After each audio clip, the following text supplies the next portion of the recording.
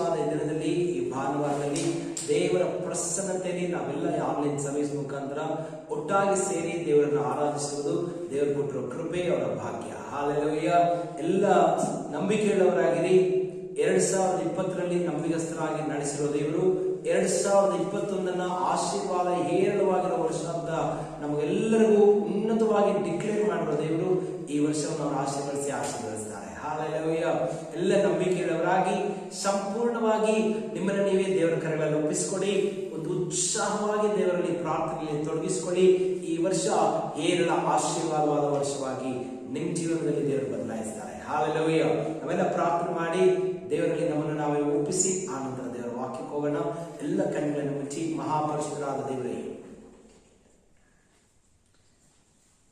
ನಾನು ಮನುಷ್ಯರ ಹಾಗೆ ಮುಖ ಹೊರಗಿನ ತೋರಿಕೆ ನೋಡುವವನಲ್ಲ, ಅಂತರ್ಯವನ್ನು ನೋಡಿ ಪರೀಕ್ಷಿಸಿ ತಿಳ್ಕೊಳ್ಳುವವನಾಗಿದ್ದೇನೆ ಅಂತ ಹೇಳಿರೋ ನಿಮಿತ್ತ ವಾಕ್ಯ ಕೇಳುವುದಕ್ಕೆ ಸಿದ್ಧವಾಗಿರುವ ಹೃದಯಗಳನ್ನು ನೋಡಿ ಅವರ ಸ್ಥಿತಿಗಳನ್ನು ಬಲವರಾದ ದೇವರು ಉನ್ನತವಾದ ಒಂದು ಅದ್ಭುತ ಮಾಡಬೇಕಂತಲೂ, ವಾಕ್ಯ ಕೇಳುವುದಕ್ಕೆ ತಡೆಯಿರುವ ಎಲ್ಲ ಕಾರ್ಯಗಳು, ನೆಗೆಟಿವ್ ಆದ ಆಲೋಚನೆಗಳು, ಅನುಮಾನವು, ಎಲ್ಲ ದುಃಖ ವೇದನೆಗಳು ಲೈವ್ ಆಗಿ ಉನ್ನತವಾದ ಪರಲೋಕ ವಾತಾವರಣಗಳನ್ನು ಅನುಭವದಲ್ಲಿ ರುಚಿ ನೋಡುವ ಹಾಗೆ ಈಗಲೇ ನಿಮ್ಮ ದೂತರನ್ನು ಕಳಿಸಿ ವಾತಾವರಣಗಳನ್ನು ನೀವು ಮಾರ್ಪಡಿಸಿ ಒಬ್ಬೊಬ್ಬರ ಕಣ್ಗಳು, ಕಿವಿಗಳು, ಮನಸ್ಸು ವಾಕ್ಯಕ್ಕೆ ತೆರೆಯಲ್ಪಟ್ಟು ಮನಸ್ಸು ನಿನ್ನ ಕಡೆ ತಿರುಗುವುದಕ್ಕೆ ಸಹಾಯ ಮಾಡಿ.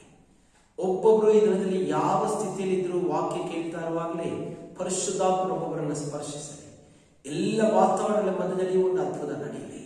ಕರ್ತರಾಗಿ ದೇವರ ಮಹಿಮೆಯನ್ನು, ಶಕ್ತಿಯನ್ನು ಕಾಣುವ ಹಾಗೆ ಸರ್ವಶಕ್ತರಾದ ನಿನ್ನ ಕರ ಒಂದು ಅದ್ಭುತ ಮಾಡಬೇಕಾಗಿ ಬೇಡಿಕೊಳ್ತೀವಿ. ಒಬ್ಬೊಬ್ಬರೊಟ್ಟಿಗೆ ಪರಿಶುದ್ಧಾತ್ಮರ ನಮ್ಮನ್ನು ಮರೆ ಮಾಡಿ ನೀವು ಮಾತನಾಡಿ ಪ್ರಾರಂಭದಿಂದ ಅಂತ್ಯದವರೆಗೂ ಪರಿಶುದ್ಧಾತ್ಮರ ಹಿಡಿತಕ್ಕೆ ಈ ಕೂಟವನ್ನು ಕೊಟ್ಟು ಯೇಸು ಕ್ರಿಸ್ತನ ಹೆಸರಲ್ಲಿ ಬೇಡಿ ಹೊಂದಿದ್ದೇವೆ ಜೀವವುಳ್ಳ ತಂದೆ. Amen and amen. ಹಾಲೆಲೂಯ. ಯೇಸು ಅವರು ಒಳ್ಳೆಯವರು. ಅವರು ನೆನೆಯಿಂದ ಹಾಗೆ ಇವತ್ತಿಂದ ಹಾಗೆ ನಿರಂತರವಿರುವ ದೇವರಾಗಿದ್ದಾರೆ. ಆಮೆನ್. ಈ ದಿನದಲ್ಲಿ ದೇವರು ನಮ್ಮ ಜೊತೆಯಲ್ಲಿ ಮಾತಾಡುವ ಕಾರ್ಯವನ್ನು ನೋಡೋಣ. ಕಳೆದ ಒಂದು ವಾರದಿಂದ ಡೈಲಿ ಪ್ರೇಯರ್ ಅಲ್ಲಿ ಒಂದು ಸೀರೀಸ್ ಆಗಿ ತಗೊಂಡು ನಾವು ಇದನ್ನೆಲ್ಲ ಅಭ್ಯಾಸ ಮಾಡಿ ದೇವರ ವಾಕ್ಯನ ಧ್ಯಾನಿಸ್ತಾ ಇದ್ದೀವಿ. ನೀವು ಕೂಡ ಸಾಧ್ಯವಾದವರು ಎಲ್ಲ ಡೈಲಿ ಬೈಬಲ್ ಓದೋದನ್ನು ಅಭ್ಯಾಸ ಮಾಡಿ ಸ್ವಲ್ಪ ಸಮಯ ಬೈಬಲ್ಗೆ ಜಾಸ್ತಿ ಕೊಡಿ. ಇನ್ನು ಸ್ವಲ್ಪ ಪ್ರಾರ್ಥನೆ ಸಮಯವನ್ನು ಹೆಚ್ಚು ಮಾಡಿಕೊಳ್ಳಿ. ಎಲ್ಲ ನಂಬಿಕೆಯುಳ್ಳವರಾಗಿ ದೇವ ಪ್ರಸನ್ನತೆಯನ್ನು ಹುಡುಕುವುದಾದರೆ ದೇವರು ನಿಮ್ಮ ಜೊತೆ ಮಾತಾಡುವ ಅನುಭವ ನೀವು ಪಡ್ಕೊಳ್ಳೋರಾಗಿದ್ದೀರಾ. ಹಾಲೆಲೂಯ. ಎಲ್ಲ ಆಂತರಿಕ ಮನುಷ್ಯನು ನಮ್ಮ ಒಳಗಿನ ಆಲೋಚನೆಗಳೇ ನಮ್ಮ ಆಚೆನ ಜೀವಿತದ ಕಾರ್ಯಗಳನ್ನ ಮಾರ್ಪಡಿಸುತ್ತೆ, ಗೆಲ್ಲುತ್ತೆ. ಅದು ನಮ್ಮನ್ನ ಕೆಟ್ಟದಕ್ಕೂ ಕರ್ಕೊಂಡು ಹೋಗುತ್ತೆ, ಒಳ್ಳೆಯದಕ್ಕೂ ಕರ್ಕೊಂಡು ಹೋಗುತ್ತೆ, ಸೋಲಿಗೂ ಕರ್ಕೊಂಡು ಹೋಗುತ್ತೆ, ಜಯಕ್ಕೂ ಕರ್ಕೊಂಡು ಹೋಗುತ್ತೆ. ಇದರ ಕುರಿತಾಗಿ ನಾವು ಇವತ್ತು ಕೆಲವೊಂದು ವಾಕ್ಯಗಳ ಮುಖಾಂತರ ದೇವರ ವಾಕ್ಯ ಏನ್ ಹೇಳುತ್ತೆ. ಒಂದು ವೇಳೆ ಇದುವರೆಗೂ ನೀವು ಯಾವುದಾದ್ರೂ ಒಂದು ಸಮಸ್ಯೆಗಳಿಗೆ ಸಿಕ್ಕಾಕೊಂಡು ಹೊರಗೆ ಬರೆದಿರಾ, ಅದರಲ್ಲಿ ಒದ್ದಾಡ್ತಾ ಇರ್ಬೋದು. ನನ್ನ ಕೈಗೆ ಕೆಲಸ ಮಾಡೋದಕ್ಕೆ ಸಾಧ್ಯನೇ ಇಲ್ಲ ಅಂತ ಬೇರೆಯವರು ನಿಮ್ಮ ಬಗ್ಗೆ ಆಡಿರುವ ನೆಗೆಟಿವ್ ಆದ ಮಾತುಗಳಿಂದ ತೀರ್ಮಾನಿಸಿಕೊಂಡು ಹಾಗೇ ನೀವು ಜೀವಿತವನ್ನು ಬಿಟ್ಟುಬಿಟ್ಟಿರ್ಬೋದು. ನಿಮ್ಮ ಜೀವನದಲ್ಲಿ ಕೆಲವೊಂದು ಘಟನೆಗಳು ನಡೆದಿರುವ ನಿಮಿತ್ತ ನಾನು ಪಾಪಿ, ಇನ್ನು ನಾನು ದೇವರಿಗೆ ಏನು ಮಾಡೋದಕ್ಕೆ ಸಾಧ್ಯ ಇಲ್ಲ, ನಾನು ಪಾಪ ಮಾಡಿ ದೇವರ ದೃಷ್ಟಿಯಲ್ಲಿ ಕೆಟ್ಟವಳಾಗ್ಬಿಟ್ಟಿದ್ದೇನೆ, ಮತ್ತೆ ನಾನು ದೇವರಿಗೆ ಶುದ್ಧವಾಗಿ ಪವಿತ್ರವಾಗಿ ಏನು ಮಾಡೋದಕ್ಕೆ ಆಗಲ್ಲ ಅನ್ನೋ ಭಾವನೆಗೆ ಬಂದಿರಬಹುದು. ಯಾವುದೇ ಒಳ್ಳೆಯ ಅಥವಾ ಕೆಟ್ಟ ಭಾವನೆಗಳು ನಿಮ್ಮ ಮನಸ್ಸಲ್ಲಿ ಏನಿದೆಯೋ ಅದು ಆಚೆಗಿನ ನಿಮ್ಮ ಜೀವಿತದ ಮೇಲೆ ಪ್ರಭಾವ ಬೀರ್ತಾ ಇದೆ. ಅದು ನಿಮ್ಮನ್ನು ಅದೇ ರೀತಿಯಲ್ಲಿ ಮುಂದುವರಿಸಿಕೊಂಡು ಹೋದ್ರೆ ಖಂಡಿತ ಅದು ನಿಮ್ಮ ಜೀವಿತವನ್ನು ಹಾಳು ಮಾಡುವಂತದ್ದಾಗಿರುತ್ತೆ. ಹಾಲೆಲೂಯ.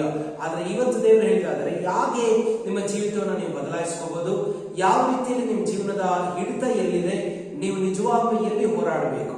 ಅನೇಕರು ನಾವು ನೋಡುವಾಗ ನನ್ನ ಜೀವನ ಹಾಳಾಗೋದಕ್ಕೆ ಇಂಥ ವ್ಯಕ್ತಿನೇ ಕಾರಣ, ಅವತ್ತಿದೊಂದು ಘಟನೆ ನಡೆದಿಲ್ಲ ಅಂದಿದ್ರೆ ಬಹುಶಃ ನನ್ನ ಜೀವನ ಇವಷ್ಟೊತ್ತಿಗೆ ಚೆನ್ನಾಗಿರ್ತಾ ಇತ್ತು, ಇಲ್ಲಿಗೆ ಮುಗಿದೋಯ್ತು ಅಂದೇಳಿ ಮನಸ್ಸಲ್ಲಿ ಅದನ್ನೇ ಇಟ್ಕೊಂಡು ಆ ಪರ್ಟಿಕ್ಯುಲರ್ ಘಟನೆಯನ್ನ, ವ್ಯಕ್ತಿಯನ್ನ, ಮನೆಯನ್ನ, ಒಂದು ವಾತಾವರಣವನ್ನ ದ್ವೇಷಿಸಿ ಅದೇ ಕೊರಗಲ್ಲಿ ಅದೇ ಕಪ್ಪು ಚುಕ್ಕಿಯಲ್ಲಿ ನಿಮ್ಮ ಜೀವನವನ್ನು ಇನ್ನು ನಡೆಸ್ತಾ ಇರಬಹುದು. ಇವತ್ತು ದೇವರು ನಿಮ್ಗೆ ಮಾತಾಡೋ ವಾಕ್ಯ ನಿಮ್ಮ ಜೀವಿತವನ್ನು ಅದರಿಂದ ಹೊರಗಡೆ ತರುತ್ತೆ. ಹಾಲೆಲೂಯ. ಎಲ್ಲ ಕೈಗಳನ್ನು ತಟ್ಟಿ ಉತ್ಸಾಹವಾಗಿ ದೇವರನ್ನ ಮಹಿಮೆ ಪಡಿಸಿ ನಿಮ್ಮ ವಾಕ್ಯಕ್ಕೆ ಪರಿಪೂರ್ಣವಾಗಿ ನೀವು ಹೃದಯ ತೆರೆದವರಾಗಿ ಇವತ್ತು ಕಿವಿಗೊಡಿ. ಎಲ್ಲ ನೆನಪಿಟ್ಕೊಳ್ಳಿ, ವಾಕ್ಯ ದೇವರ ಬಾಯಿಂದ ಬರೋ ಮಾತು ಅದ್ಯಾವತ್ತೂ ನಿಷ್ಫಲ ಆಗೋದೇ ಇಲ್ಲ. ತನ್ನ ಕಾರ್ಯವನ್ನು ಸಾಧಿಸಿದ ಹೊರತು ಅದು ವ್ಯರ್ಥವಾಗಿ ಹಿಂತಿರುಗಲ್ಲ. ಆಮೆನ್. ನಾವೀಗ ಈ ಸಮಯದಲ್ಲಿ ದೇವರ ವಾಕ್ಯವನ್ನು ಓದೋಣ. ಯಾವ ರೀತಿಯಲ್ಲಿ ನಮ್ಮ ಜೀವನ ಇದೆ? ಅನೇಕರು ಇವತ್ತು ನಿಮ್ಮ ಜೀವನದಲ್ಲಿ ಇರುವ ಸ್ಥಿತಿ ನಿಮ್ಮ ಸ್ಥಿತಿ ಅಲ್ಲ. ಇದನ್ನೆಲ್ಲ ಬರ್ಕೊಳ್ಳೋರು, ಯಾರೆಲ್ಲ ವಾಕ್ಯ ಕೇಳ್ತಾ ಇದ್ದಾರೋ ಕೈಯಲ್ಲಿ ಬೈಬಲ್, ಒಂದು ಪುಸ್ತಕ, ಒಂದು ಪೆನ್ ಇಟ್ಕೊಂಡು ಬರ್ಕೊಳ್ಳಿ. ಇದು ನಿಮ್ಮ ಜೀವಿತವನ್ನ ಬದಲಾಯಿಸುವ ವಾಕ್ಯವಾಗಿ ದೇವರು ಹೇಳ್ತಾರೆ. ಹಲ್ಲೆಲೂಯಾ. ಇಲ್ಲಿ ದೇವರ ವಾಕ್ಯ ಹೇಳ್ತಾ ಇದೆ, ಇವತ್ತು ನೀವಿರೋ ಸ್ಥಿತಿಗಳು ಖಂಡಿತ ನೀವಿರೋ ಸ್ಥಿತಿ ಅಲ್ಲ. ನೀವು ಇರಬೇಕಾದಂತ ಸ್ಥಿತಿ ಅಲ್ಲ. ನೀವು ಯಾವುದೋ ಬೇರೆ ಸ್ಥಿತಿಯಲ್ಲಿ ಇರಬೇಕಾಗಿದ್ದು. ಚಿಕ್ಕ ಚಿಕ್ಕ ವಿಚಾರಗಳು ಇವತ್ತು ನಿಮ್ಮನ್ನ ಈ ದುಸ್ಥಿತಿಯಲ್ಲಿ ತಂದು ನಿಲ್ಲಿಸಿದೆ. ನೀವು ಇನ್ನೂ ಅನೇಕ ರೀತಿಯಲ್ಲಿ ಸಾಧನೆ ಮಾಡುವುದಕ್ಕೆ ಅವಕಾಶ ಇದೆ. ಉನ್ನತವಾದ ರೀತಿಯ ಸ್ಥಿತಿಗೆ ಬರುವುದಕ್ಕೆ ದೇವರು ನಿಮ್ಮನ್ನ ಎಲ್ಲದಲ್ಲಿ ಏರ್ಪಡಿಸಿದ್ದಾರೆ. ಆ ಸಂಕಲ್ಪ ಇಟ್ಟು ದೇವರು ನಿಮ್ಮನ್ನ ಸೃಷ್ಟಿ ಮಾಡಿದ್ದಾರೆ. ದೇವರು ಪಕ್ಷಪಾತ ಮಾಡುವರು ಅಲ್ಲ. ಅವರು ಯಾವತ್ತೂ ಯಾವ ಕಾರಣಕ್ಕೂ ನಿಮ್ಮನ್ನ ಒಂದು ತರ ನಿಮಗೆ, ಇನ್ನೊಂದು ತರ ಒಬ್ಬರಿಗೆ, ಯಾವುದೋ ಮಾನದಂಡದಲ್ಲಿ ನಿಮ್ಮನ್ನ ಅಳಿಯುವ ದೇವರು ಅಲ್ಲ. ಆದ್ರೆ ಎಲ್ಲಿ ವ್ಯತ್ಯಾಸ ಆಗ್ತಾ ಇದೆ ನಾವು ಓದೋಣ. ಎಲ್ಲ ಜ್ಞಾನೋಕ್ತಿಗಳು 23ನೇ ಅಧ್ಯಾಯ 7ನೇ ವಾಕ್ಯವನ್ನ ನಾವು ಓದೋಣ. ಜ್ಞಾನೋಕ್ತಿಗಳು 23:7.